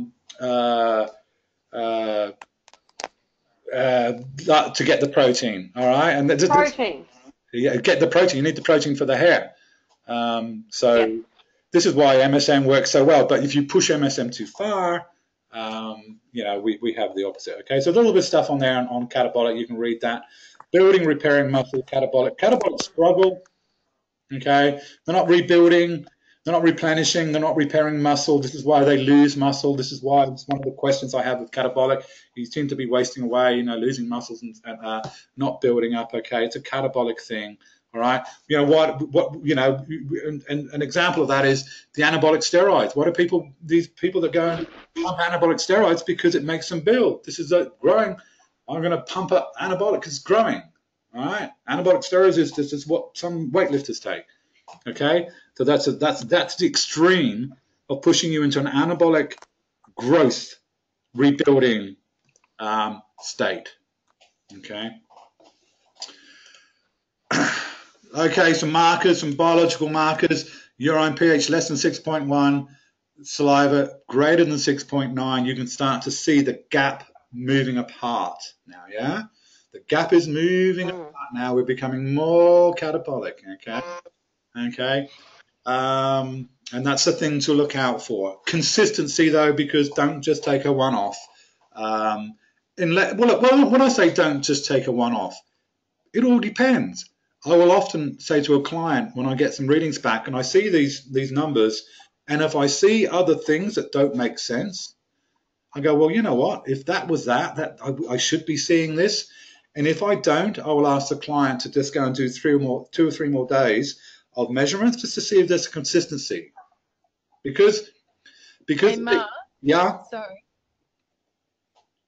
When we first did my dry blood testing, right, I had taken all my meds, okay? Yeah. So I did it a couple of weeks ago. When we first did it, I was 7.2 for saliva and 7.2 for urine. Yep. The other week, I did it before I took the meds, and my saliva was 6.4 and urine was 6.8. Then I retested it again in the afternoon, and my saliva went to 7 and urine was 7.2. Yeah, so the main thing is to get some consistency in the times that you take it, because pH will change. All right. So and meds will affect pHs as well massively. So we have to then just use our discretion there and just be a little bit more. We need to be consistent. When I talk about these pHs and breath rates and everything else, I'm basing that on, because people say, yeah, but pHs moves around, and how can you? Yeah, but it does. But we accommodate that. We know that. With these measurements done around about 2 hours away from eating, about 11 o'clock in the morning, half an hour away from drinking, we make sure we accommodate. We consider all that, and our determination and the testing considers that. And the results are still okay. They give us they're not throwing us out of whack because we've considered the fact that they do vary. We've considered all this stuff. This is why we do it away from eating and try and do it consistent, because it will change. And this is why if there's a little bit of flexibility and things aren't they're all over the place a little bit, then we need to look deeper to see what else is going on. So pHs that are not being balanced or not being stable are just a reflection of the body that's not being stable. Okay, so it's just they will stabilize when the body starts stabilizing and we get some stability in cell membranes more than anything else, and stability in everything. Yeah. But yeah, taking meds will impact that. Saliva MS greater than 5.5, low blood pressure, the opposite to the other one. High, a lot of crap in the blood. Some more low cellular potassium, so high serum. So all the potassium is going to be actually in the bloodstream this time, not in the cells. Okay, so if you go and do a potassium blood test, and if you do a potassium blood test and it happens to be earlier in the morning and very catabolic, well, it's going to be your potassium's going to come quite high. If you do a blood test at night time when you're an anabolic, your blood potassium is going to come through quite low. Just goes to show how important it is to be able to making sure you consider these other things so you don't get thrown a wobbly. Demographic white line. Okay, demographic white line is also a sympathetic marker as well. Okay, stressed, fast, sympathetic, catabolic, acid. All right. Eosinophils are nowhere to be seen. Resting pulse less than 67. The high urine specific gravity. Now the reason why it's high urine specific gravity because there's more breakdown. There's more bits in the whole system, so there's going to be a little bit more specific gravity there. Low urine surface tension. All right, steps you can do. Working on the diet more than anything else. Okay, and digestion and digestive issues because we've got lipid issues, and we've got lipid issues, we've got digestive issues, and so we dig down and get that working.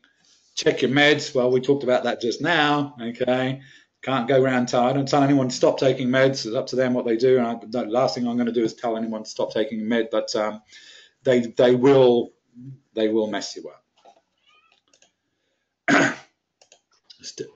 More steps, be patient. Okay, this is a good one. We need to think about this, okay, especially for a catabolic person. Catabolic person didn't get catabolic overnight. Not an anabolic person, but a catabolic person especially. And we need some work on this. And this is where, doing one-off testing and stuff like that doesn't work so well.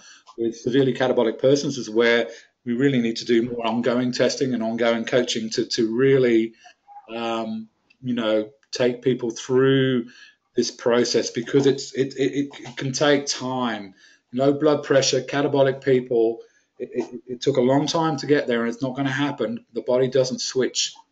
We're agricultural. We're not mechanical. You go and pour poison on the ground around a tree. A tree doesn't die for ages. It takes time.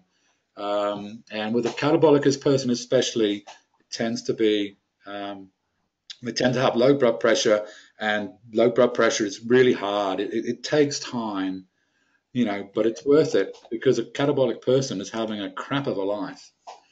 Thanks. Monitor pHs. Okay, this is again the pHs are going to give you an indication as to are you moving back into where you should be. Following the supplement protocol. Some of the foods to avoid. Well, the opposite, DHA. That's an additional one there. Fried foods, canned or processed food. Avocados. It's a big one. I'm on DHA. How can I avoid that? Take it in the morning. I do, yeah. Okay, don't take it late in the night. So you can still take some stuff, but just take it in the morning when you should be already in that imbalance, okay? Okay. Having said that, Christine, it's always worth avocados because they're very high in fatty acids, okay? I love avocados. So eat them in the morning, okay? The last thing you want to do as a catabolic person is have a big salad at night time. Well, salad's okay because it's more anabolic inducing, but pouring olive oil and avocados and stuff like that, you're adding in a lot of fatty acids, and therefore the odds are you're not going to be able to sleep. Oh. It's a big one, the avocados. I always get a reaction with that. Foods made with hydrogen, should we be eating that crap anyway? Of course not. If you do eat any fried or hard-boiled eggs, make sure you eat in the morning, okay, and limit them. All right. So that it's not that you should never do this, you should never eat this. It's just you just use your head a bit and just say, well, you know what? It's catabolic inducing, so I'll eat it in the morning. It's anabolic inducing, so I'll eat it at nighttime. If I have this issue, I don't have that issue. I tend to be a little bit more anabolic, but I can have magnesium at nighttime. I can have magnesium. I can have MSM at nighttime. It doesn't affect me. It's okay. It's not going to be that for everybody, but in general, this is just a generalization. Is to say, well, if we're still struggling, and with the DHEA, if you're still struggling, maybe stop it. Maybe it is causing a problem. Maybe we need to fix up the catabolic before we can start taking the DHEA. Okay, it's a bit like telling I can't go to a catabolic and say drink more water because they've got diarrhea. All right, you've got to qualify people sometimes for things. So what I will do with a catabolic person is try and fix up the catabolic before they start taking more water because they just won't drink more water. They're not drinking water in the first place. It's because they know they've got diarrhea. It's just something they've grown with. Okay, you can't just say do that. We've got to qualify. We've got to make sure that we have the means. We have the body has the ability, the means, the mechanisms to be able to do what you're expecting it to do. All right. Just briefly, just go back to we talked about menopause. Menopause. I have seen people's menopause just melt away once they start to rebalancing their systems and their digestion, especially because we all go through menopause. When we go through menopause, how bad it is depends on the resources you have to be able to manage it at the time.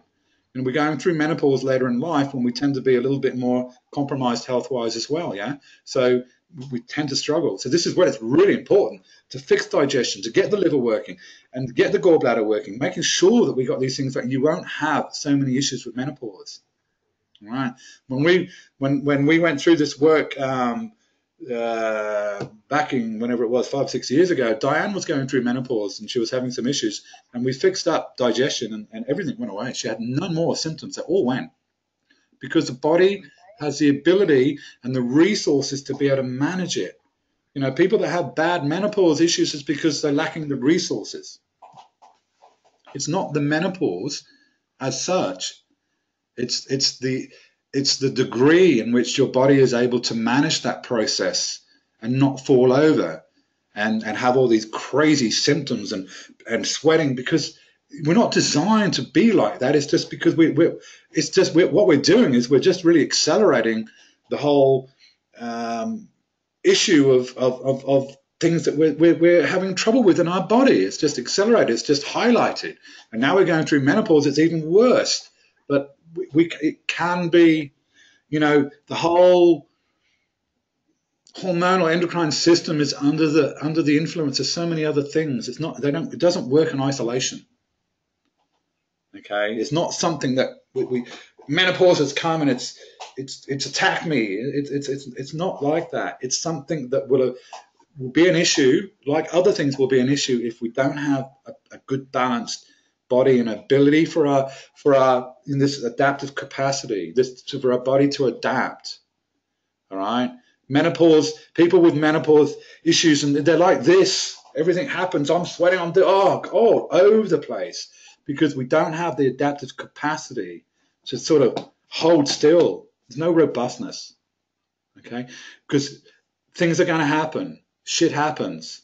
Menopause happens. We get old. Things happen. But the people that fall over are the people that don't have this adaptive capacity. A little bug comes along and bang. Flu comes along, bang. Menopause comes along, bang. Whereas we need this. Flu, menopause, no worries. I'm okay. I'm coming back online. I've got really good, strong adaptive capacity. Foods to implement. Some of the things we can implement: poached or soft-boiled eggs, especially at night time, not morning time. Non-starchy veggies again, butter and cream at night time. Coconut oil, it's a saturated fat at night time. It's a little bit neutral, coconut oil. Go for it. It's just it's butter and cream, or butter is more important. Okay. When I say coconut oil, you can take coconut oil. When I know people take 3 or 4 tablespoons of stuff a day. New cheeses, supplement formulas. Catabolic, some of you are aware of this. Probably some of you have even had catabolic. It's an Empirical Labs special beet flow, 1 to 5 caps with all meals. Matrix aminos. This is an Empirical Labs product. It really helps build connective tissue and pull things together again. I don't use it that much, but if I find someone really wasting away and they're really struggling with tissues and stuff like that and really aging, matrix aminos can really help. It's a whole bunch of amino acids and whatnot. Banabichrome. This is chromium. This is all about managing the glycemic, the sugar and whatnot. Vitamin E can help, but there's a contraindication with electrolyte deficiency or carb burner. Okay, and once again, I'm going to have more of these contraindications. We're going to have a whole list. You're going to have the whole lot, so you'll be able to see it all. L-glutamine is another good thing for a catabolic. So sort of some of the opposites to the the anabolic. HMB, which is metabolite as essential amino acid. I haven't used that before, but others have used this. Glucosamine sulfate. Great for joint pain as well, because a lot of catabolic people have joint pain. Apple cider vinegar, but we've got to be careful. Not too much vinegar.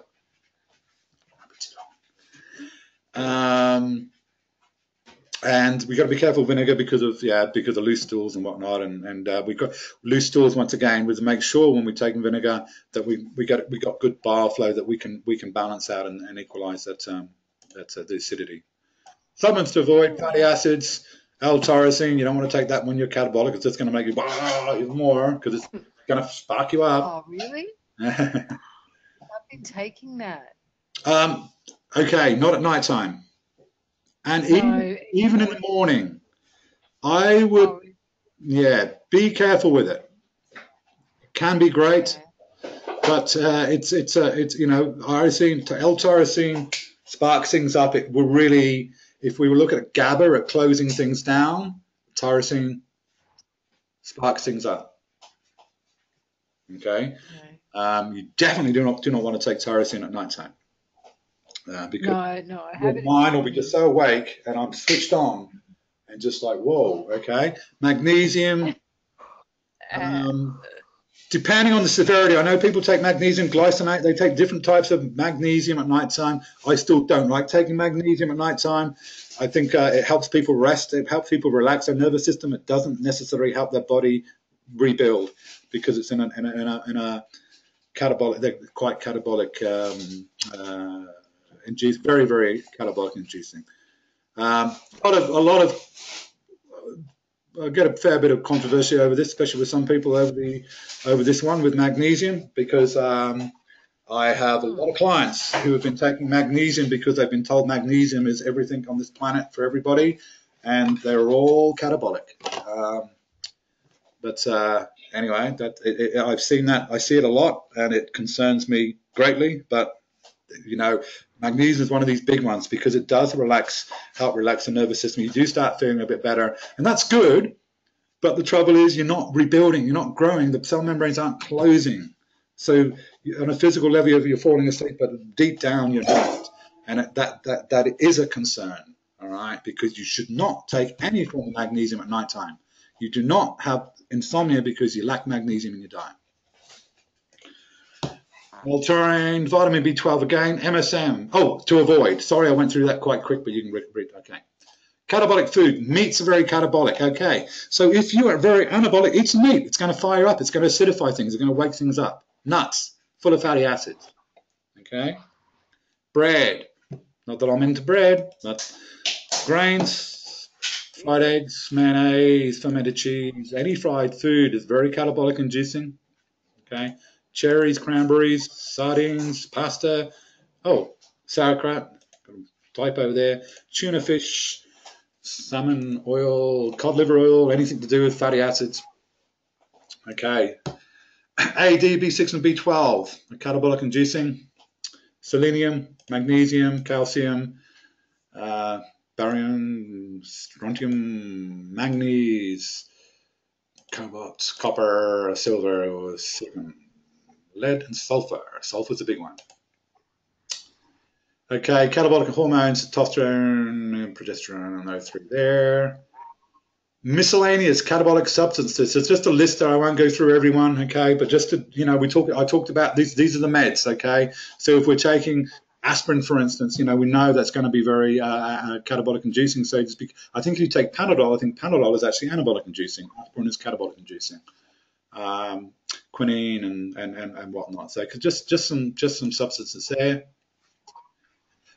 Following list of conditions, sometimes. Okay, here's just a few. We'll just quickly go through it. Catabolic tends to be insomnia. Anabolic, sleepy.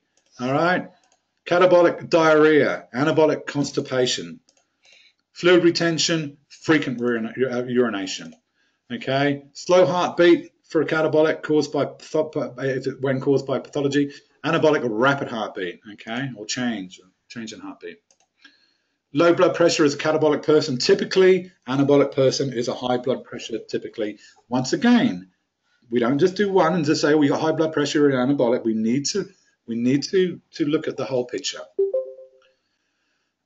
Below normal temperature for catabolic, above normal temperature for anabolic. Osteoarthritis for catabolic, rheumatoid arthritis for anabolic. Oh, hang on. That's wrong way around. I've got that wrong way around. Yes, I have. I'll have to change that. Sorry about that. I'll change that before I post it. Migraine for catabolic, seizures for an anabolic. Oh, twice there. Catabolic pain worsens after eating, okay, in the late afternoon and evening. Anabolic pain worsens on an empty stomach in the morning and early afternoon. I did just take this, play around with this, just to see if we talked about doing some testing earlier on in the evening and morning and whatnot, but just have a bit of a play around with it to see if it makes sense to you. We talked, just a brief note there, this comes from Ravisi, he's talking about morphine and all this other Procran and Demerol and codeine, all very anabolic substances, and these are all taken typically after surgeries, and surgery is very catabolic inducing. Okay, surgery is catabolic inducing, so it makes you get this catabolic pain. We take all these substances, it dulls the pain down. But of course, you can imagine the problems later on when they keep taking the stuff and you're pushing yourself more and more into an anabolic situation, and then you start. We've gone through a operation. We've been very catabolic. Now we're getting anabolic, and now we're going to put ourselves into another situation where we've got to go to a hospital because now we're going to create tumors because we haven't stopped. We've taken all this pain relief, and we've actually pushed ourselves too far. This is why we've got to be so careful with these drugs. Okay. Well, that was. We've got two sessions here, so we've got to the end of this session. So what I'm going to do with this part of it, I've got the 4A. I'm going to do with the case study. I'm going to do that in a second.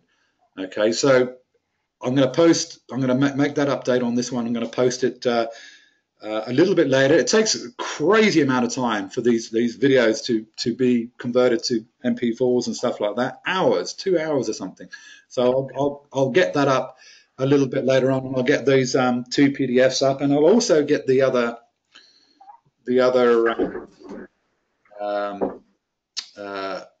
this one here up. And hang on, what have I done here? Just bear with me.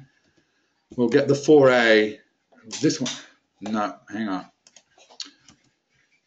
Where are we? There. This should be the deal. Just bear with me. Okay. So we're going to briefly go through here like I did last week, and we're going to have a look at Katharina Clark. Let's have a look. Just bear with me. I'm going to. I haven't talked for so long, for ages, and my voice is starting to go. I'm going to go tonight with this one. Hopefully I'll be all right. Okay, Katharina Clark's case study. Let's have a look. What do we got here? Blood type A, digestive issues. Everybody that's an A is going to be a digestive issues, okay? Going to have sugar problems, going to have all these sorts of things. 6 out of 10 well-being score. Lots of issues over her life. Low energy, low weight, struggling to get anywhere, okay? Skinny, trying to put weight on, just trying to move ahead with a life and just not getting anywhere. Okay, this is Katharina, and You've got my name up the top. hey. Yeah, you got. I'm looking, going. That says Christine. Change that. Yeah. Oh, sorry about that. I'm going to change that. Oh, damn. Oh, okay. I'm going to just make this note. My Interesting. Siamese twin. So when I'm looking at this, okay, if I was to just look at that, I'd go, whoa, this person's looking catabolic. Okay, low energy, struggling with weight, struggling with getting any sort of growth and rebuilding health or anything like that. I can see quite strong. Can we turn it off just for now? Just for the minute. I'll only be about another 20 minutes. Okay, sorry. So I would be looking at and saying, whoa, I'm looking at a catabolic girl there. Okay, it's coming through as a catabolic thing. And just as an update, I talked to Catherine last night, and she's absolutely blown away by how she is feeling now. Okay, she's still got some work to go, and you can talk to her. She's on the site, and she's on this. I don't know. She's not. She might be on the training thing tonight, but she's absolutely transformed her life through this work. Okay. Very good example of someone that struggled for a long time and coming through quite catabolic and addressing things at the right level, and her life has changed, which is great. This happens a lot, but you know, Catherine has done a lot of work, and she's put a lot of commitment in this as well, which has made the big difference. So very happy. But let's have a look at let's have a look at her blood here. And what are we looking at here? Actually, I'm going to cycle through. We're going to go backwards and let's have. Oh, hang on. Sorry. Top left is a perfect sample, as we've talked about. But if you look at these number 1, number 2, number 3, you can see there's a lot, especially number 1. You can see all these white patches. Okay, there's a bit of degeneration, breakdown. Okay, catabolic. This is cells breaking down a little bit more than they should be. Okay, because we don't want to see any white bits. We don't want to see all this white stuff. We want to see it nice and clean, like the top left. Number 2, you can see it again. You can see all these white patches. Yeah, and white patches is polymerized protein puddles, which are basically just the result of cellular breakdown, just a little bit too much. Other things we can see in these pictures here, you can see those darker red areas. All right, this is stress. This is stress produced by poor protein digestion, creating high ammonia in the system, creating some cardiovascular stress more than anything else. Now, when I say cardiovascular stress, okay, we've got a catabolic person. You say, well, that doesn't mean you've got cardiovascular disease. It just means that the heart's working harder than it needs to because of the thickness or the viscosity of blood. And when I see these darker areas come up in these blood samples, and they're coming up quite all over the place, it's a strong sign that that's an issue. Parasites also pee ammonia. Ammonia is very toxic. So I'm seeing ammonia, I'm seeing parasites, I'm seeing some signs of some parasites. You can see on number 3, a few little black dots around the place. There's some signs of some parasites there. But main ones are those red raised areas. That's just a good sign of some stress on the cardiovascular system, and that will be down to parasites and some poor protein digestion. And the webbing, if you can see the top left, you've got that dark webbing. You haven't got much of that going on here. And these other samples, so we know that the protein's going to be a little bit of a struggle. We come down to number 5, you can see very strong sign there of the white puddles, and number 6 I've zoomed in a little bit to see if we have any sialic acid beads, which I don't think we saw any, so it's not I'm not too concerned about that. Okay, so just a reflection of a body that's struggling to maintain balance and rebuild. Okay, on here. Interesting, the dark, if you look at number 6, the dark spot there, and a number 5, that dark spot there, it's a little bit different than the other ones, and it's a little bit hard to tell, but usually when we see that, it's like there's some dead tissue somewhere. Okay, it's just a reflection of dying tissue somewhere. So we may need to look a little bit deeper in there. And I think there was something going on with Katharina that reflected that. I might not have talked about it much before because it's something that I'm just sort of getting my head around more and a little bit more confident in what I'm looking at here. So, but just in general, just a body, we're seeing a body that just doesn't have that robustness and digestion, doesn't have that really good, strong constitution in the blood.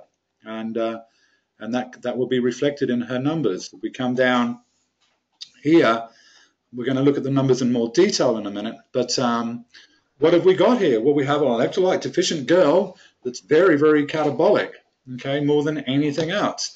So the top left-hand side is, hang on, just bear with me, just going to move that. I'll just, where are we? Just put that back again. Okay, go back up here. So with Katharina, so top left, look at all those red markers. Okay, vertigo, insomnia. Well, let's come down to the next one because this is better.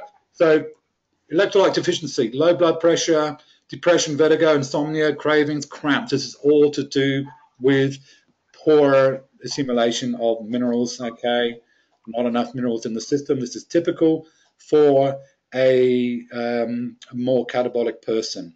Okay, now if we come over to the right-hand side and we look at the next balance, we say, well, what's going on here? We've got a 6.9 and 7, which would indicate maybe anabolic. Okay, but when we look at everything else, insomnia is not an anabolic thing. It's a big marker of catabolic. It's slow to heal. It's a big marker of catabolic. Muscle loss is a big marker.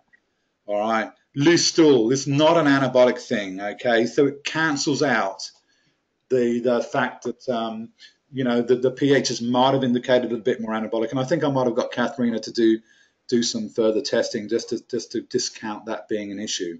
Okay, so coming through quite strong as a catabolic, and like I said, some of these markers really trump everything else. We can have an anabolic person, an anabolic indication of all these red marks on the left-hand side there, and still be catabolic, okay? Because, like I said, insomnia will trump most things. A person with insomnia will not be anabolic or anaerobic. It's just not going to happen, okay? And the blood pressure, it can be a little bit different, but typically the blood pressure is one too. Gag reflex is another one, okay? For those of you who haven't already known about these are the spreadsheets that you'll be getting and the questionnaires, so you can actually do this yourself. And as you add in the questionnaires, it just populates these spreadsheets. If we come down to number 3, you can see she's coming through a little bit of slow breath rate there with a fat burner, so 11. Okay, there's more stuff coming up on the left-hand side, but she's being an 11, being a low breath rate, you know that the body's going to be a slow oxidizer. Okay, now, or tend to be more of a slow oxidizer. Is it such a big deal with a slow oxidizer? Are there all these other markers? No, not so much. But it's just nice to know. Glucose levels aren't too bad, 86.4. So that would be, I think I picked her as a slow oxidizer, yeah. But it would have been touch and go because sugars are pretty good too, not too high. I would expect sugars to be a little bit higher, which would confirm more than anything that the slow oxidizer issue. If we come over to the number 4, the parasympathetic, sympathetic, you can see she's coming through quite parasympathetic. Okay, and this is typical. I typically see parasympathetic, catabolic, and low blood pressure, gallbladder together. All right, parasympathetic, catabolic, low blood pressure, or electrolyte deficiency, and with gallbladder issues. They come through very, very commonly. So as soon as I see a catabolic person, I almost guarantee I'm quite confident I'm going to see a parasympathetic person as well. Okay. But once again, with this nervous system and the come down to the next 2 here, also sorry, the next one with the acid alkaline balance, I'm not too concerned. I don't jump on that directly, but because they are the result of all these other things. You know, you're not going to fix up there's no good fixing up the acid alkaline balance while you have a cell membrane imbalance. Okay, these will fix up once we start getting moving with protocols. If we come over to digestion, once again, not a massive amount of markers coming up there, but what is coming up is important. Burping and bloating, undigested food in your stool. Well, we know there's not enough digestion going on. There's not enough hydrochloric acid.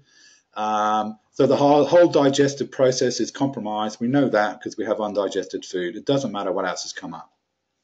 Okay, burping and bloating is always an acid problem. Okay, whereas passing gas tends to be more of a gallbladder problem. Now, she didn't come back with the gallbladder with passing gas, but I know for sure that there will still be a gallbladder problem there. Okay, so we once again, when I go through this, we just use our discretion. We have to. We can't. We got to look at the person, look at the blood, look at the numbers, look at the person.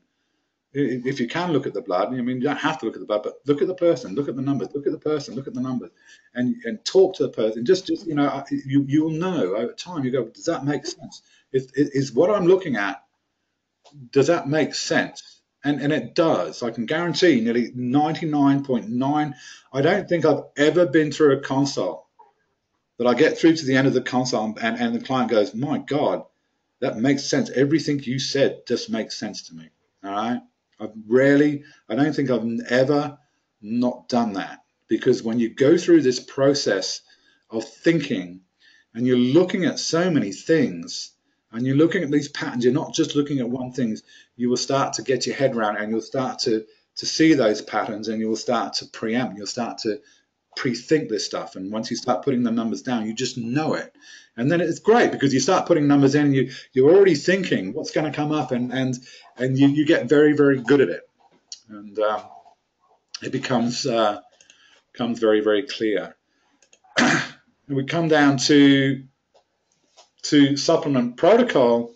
This was a big one with Catherine, and we didn't do everything at once because there's so much going on.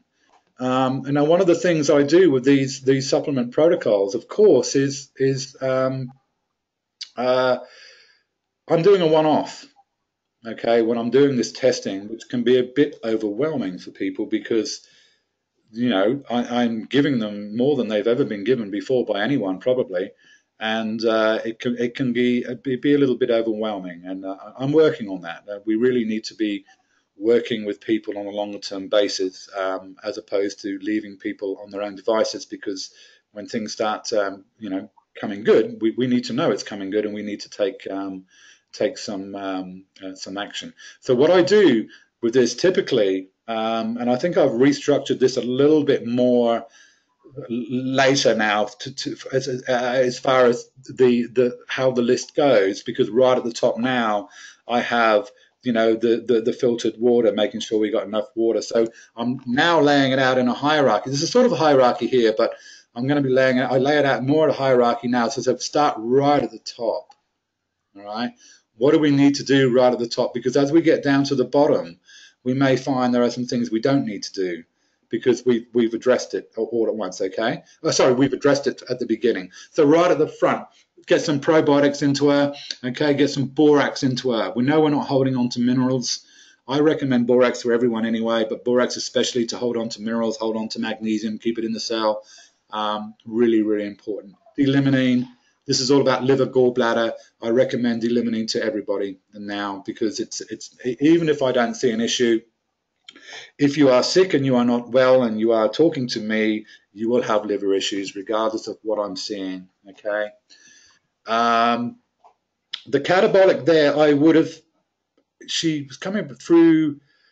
I would normally drop that down a bit in the list, but catabolic there is that's that Empirical Labs catabolic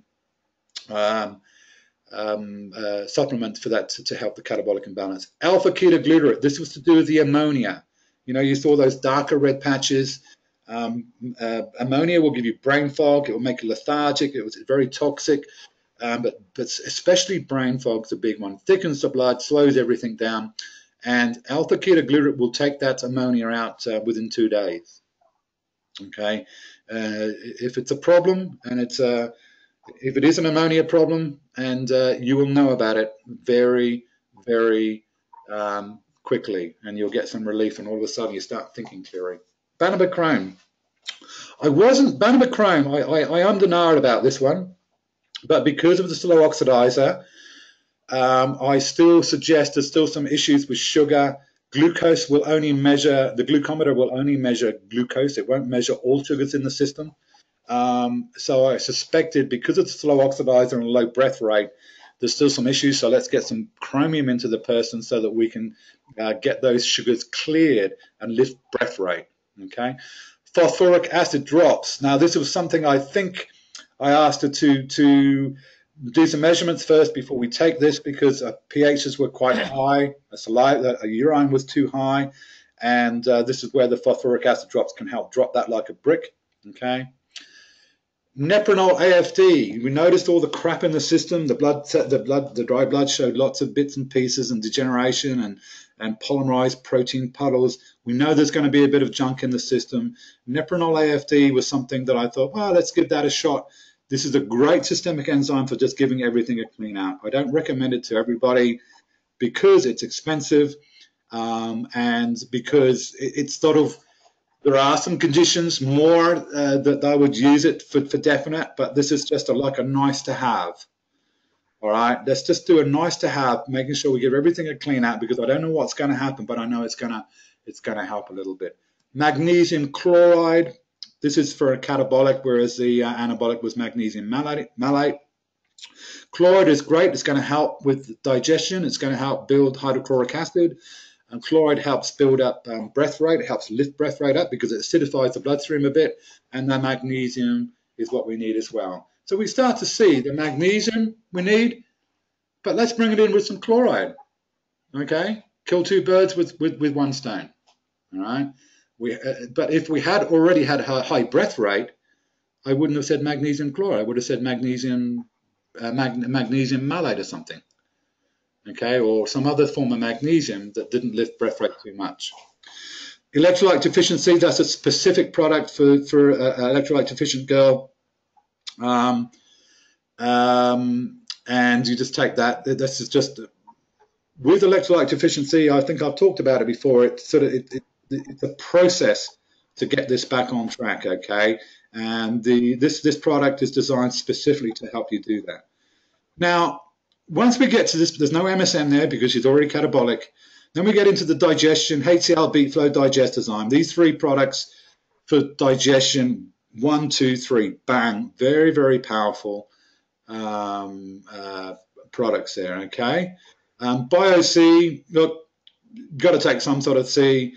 That Katharina has been whacked out for a while. Her adrenals will be whacked out for sure. I didn't see a lot of adrenal issue come through, but the adrenals use more vitamin C than anything else. So get some Bio-C, get some plant-based C into her. And then just a couple of other things. Coconut oil at night time. You can see when I've said take it at night time. Don't take it in the morning. Take it at night time because we're trying to push you more anabolic. And grounding and earthing, well, that's just a standard. Okay, so grounding, earthing, fresh lemon water, coconut oil, filtered water. Most of those are standard. Borax is going to be standard. Just take it. You take that mix. It's going to give you 3 milligrams a day. It's nothing. Okay, so you can see what I'm doing. I'm laying the groundwork. I'm laying the foundation. I'm making sure that we have a system through tackling things at the top that are going to enable other things down the bottom to work better. Okay, if you were to take everything at once, that would be great too. You can't do that with an electrolyte deficient catabolic girl because you're going to push them over. All right, they're already too sensitive. They have no robustness. They have no adaptive capacity. They have no ability to be able to respond to stresses in the body. So we need to be careful with a catabolic electrolyte deficient person, okay, because they are going to be sensitive to products more often than not, as opposed to an anabolic 120 kilo guy who you can chuck anything down his throat and he's going to be able to manage it, and it's not going to be a big deal, okay? So we just got to be careful. And there's an enormous amount of stuff on this list. Once again, because I'm doing everything at once. I'm showing everything at once. I'm giving everything at once. But if I were to be working through a coaching program, which I'm starting to do now, I've got a few people coming onto the coaching program with me, which I do over a whole year. We do retesting and we do, you know, the online, a bit like what we're doing here, but it's more obviously personal, one-on-one. I would then not provide all this up front. We wouldn't have to, you know, be too freaked out with how much because we'll do things a little bit more logically, and we'll make adjustments along the way according to how the body responds to doing these things. Okay, so this is where, if anything, I've been a bit slack, I suppose, and where there's a bit of a bit of work needs to be done, and that's for this ongoing. You know, once we start moving, well, what about after that? How do we, you know, what happens? You know, when do I stop taking phosphoric acid drops? You know, how do I know that whatever I'm taking them for has been fixed? And this is what I do with the coaching now, and I take them similar sort of stuff that I'm doing with you, but on a obviously I don't go into so much detail. We don't need to, but I do teach the clients all the meanings of the measurements and how to measure and all this sort of stuff, and teach them to start understanding the blueprint to their body and how they feel, and through that process they get to learn, as you will. And you probably have, some of you have already started to learn some of the blueprints, some of the numbers that dictate that you know that if you're on those numbers that things are good for you or better for you or whatever. Okay, and I guess if we were to summarize what this work is all about, this is what it's about. It's about what's the blueprint to you. There's no book that can tell you, only you know. And there is a blueprint, there are numbers, there are markers that we can measure, that when you are feeling really, really good, it's gold. This is like a gift. I know now the numbers. I know where your body needs to sit to make you feel good. So down the track, when you go off track and things go wrong, you'll be guided by these numbers, nothing else. Move towards these numbers. Either you're moving towards these numbers and you're moving towards health, or you're not. It doesn't matter what you're doing, because you won't move towards those numbers if things aren't coming into line. I don't care, but as long as you are moving towards those numbers, you will be moving towards health. It's just like some people with way out pHs can take some acid or take some alkalinity, depending on what's going on, and they can feel better immediately, because you're pushing yourself towards the numbers that are the blueprint to your well-being. And we don't know what that's going to be until we do this. But when we have it, it's gold, and you'll have it forever. These numbers. I know what my numbers need to be. They need to be different than yours. Okay, I know where they need to be now. I don't even have to think about it. But the hard bit is just, you know, getting that initial testing and doing enough work and monitoring and measuring enough to say, you know what, each time this happens, I feel really good.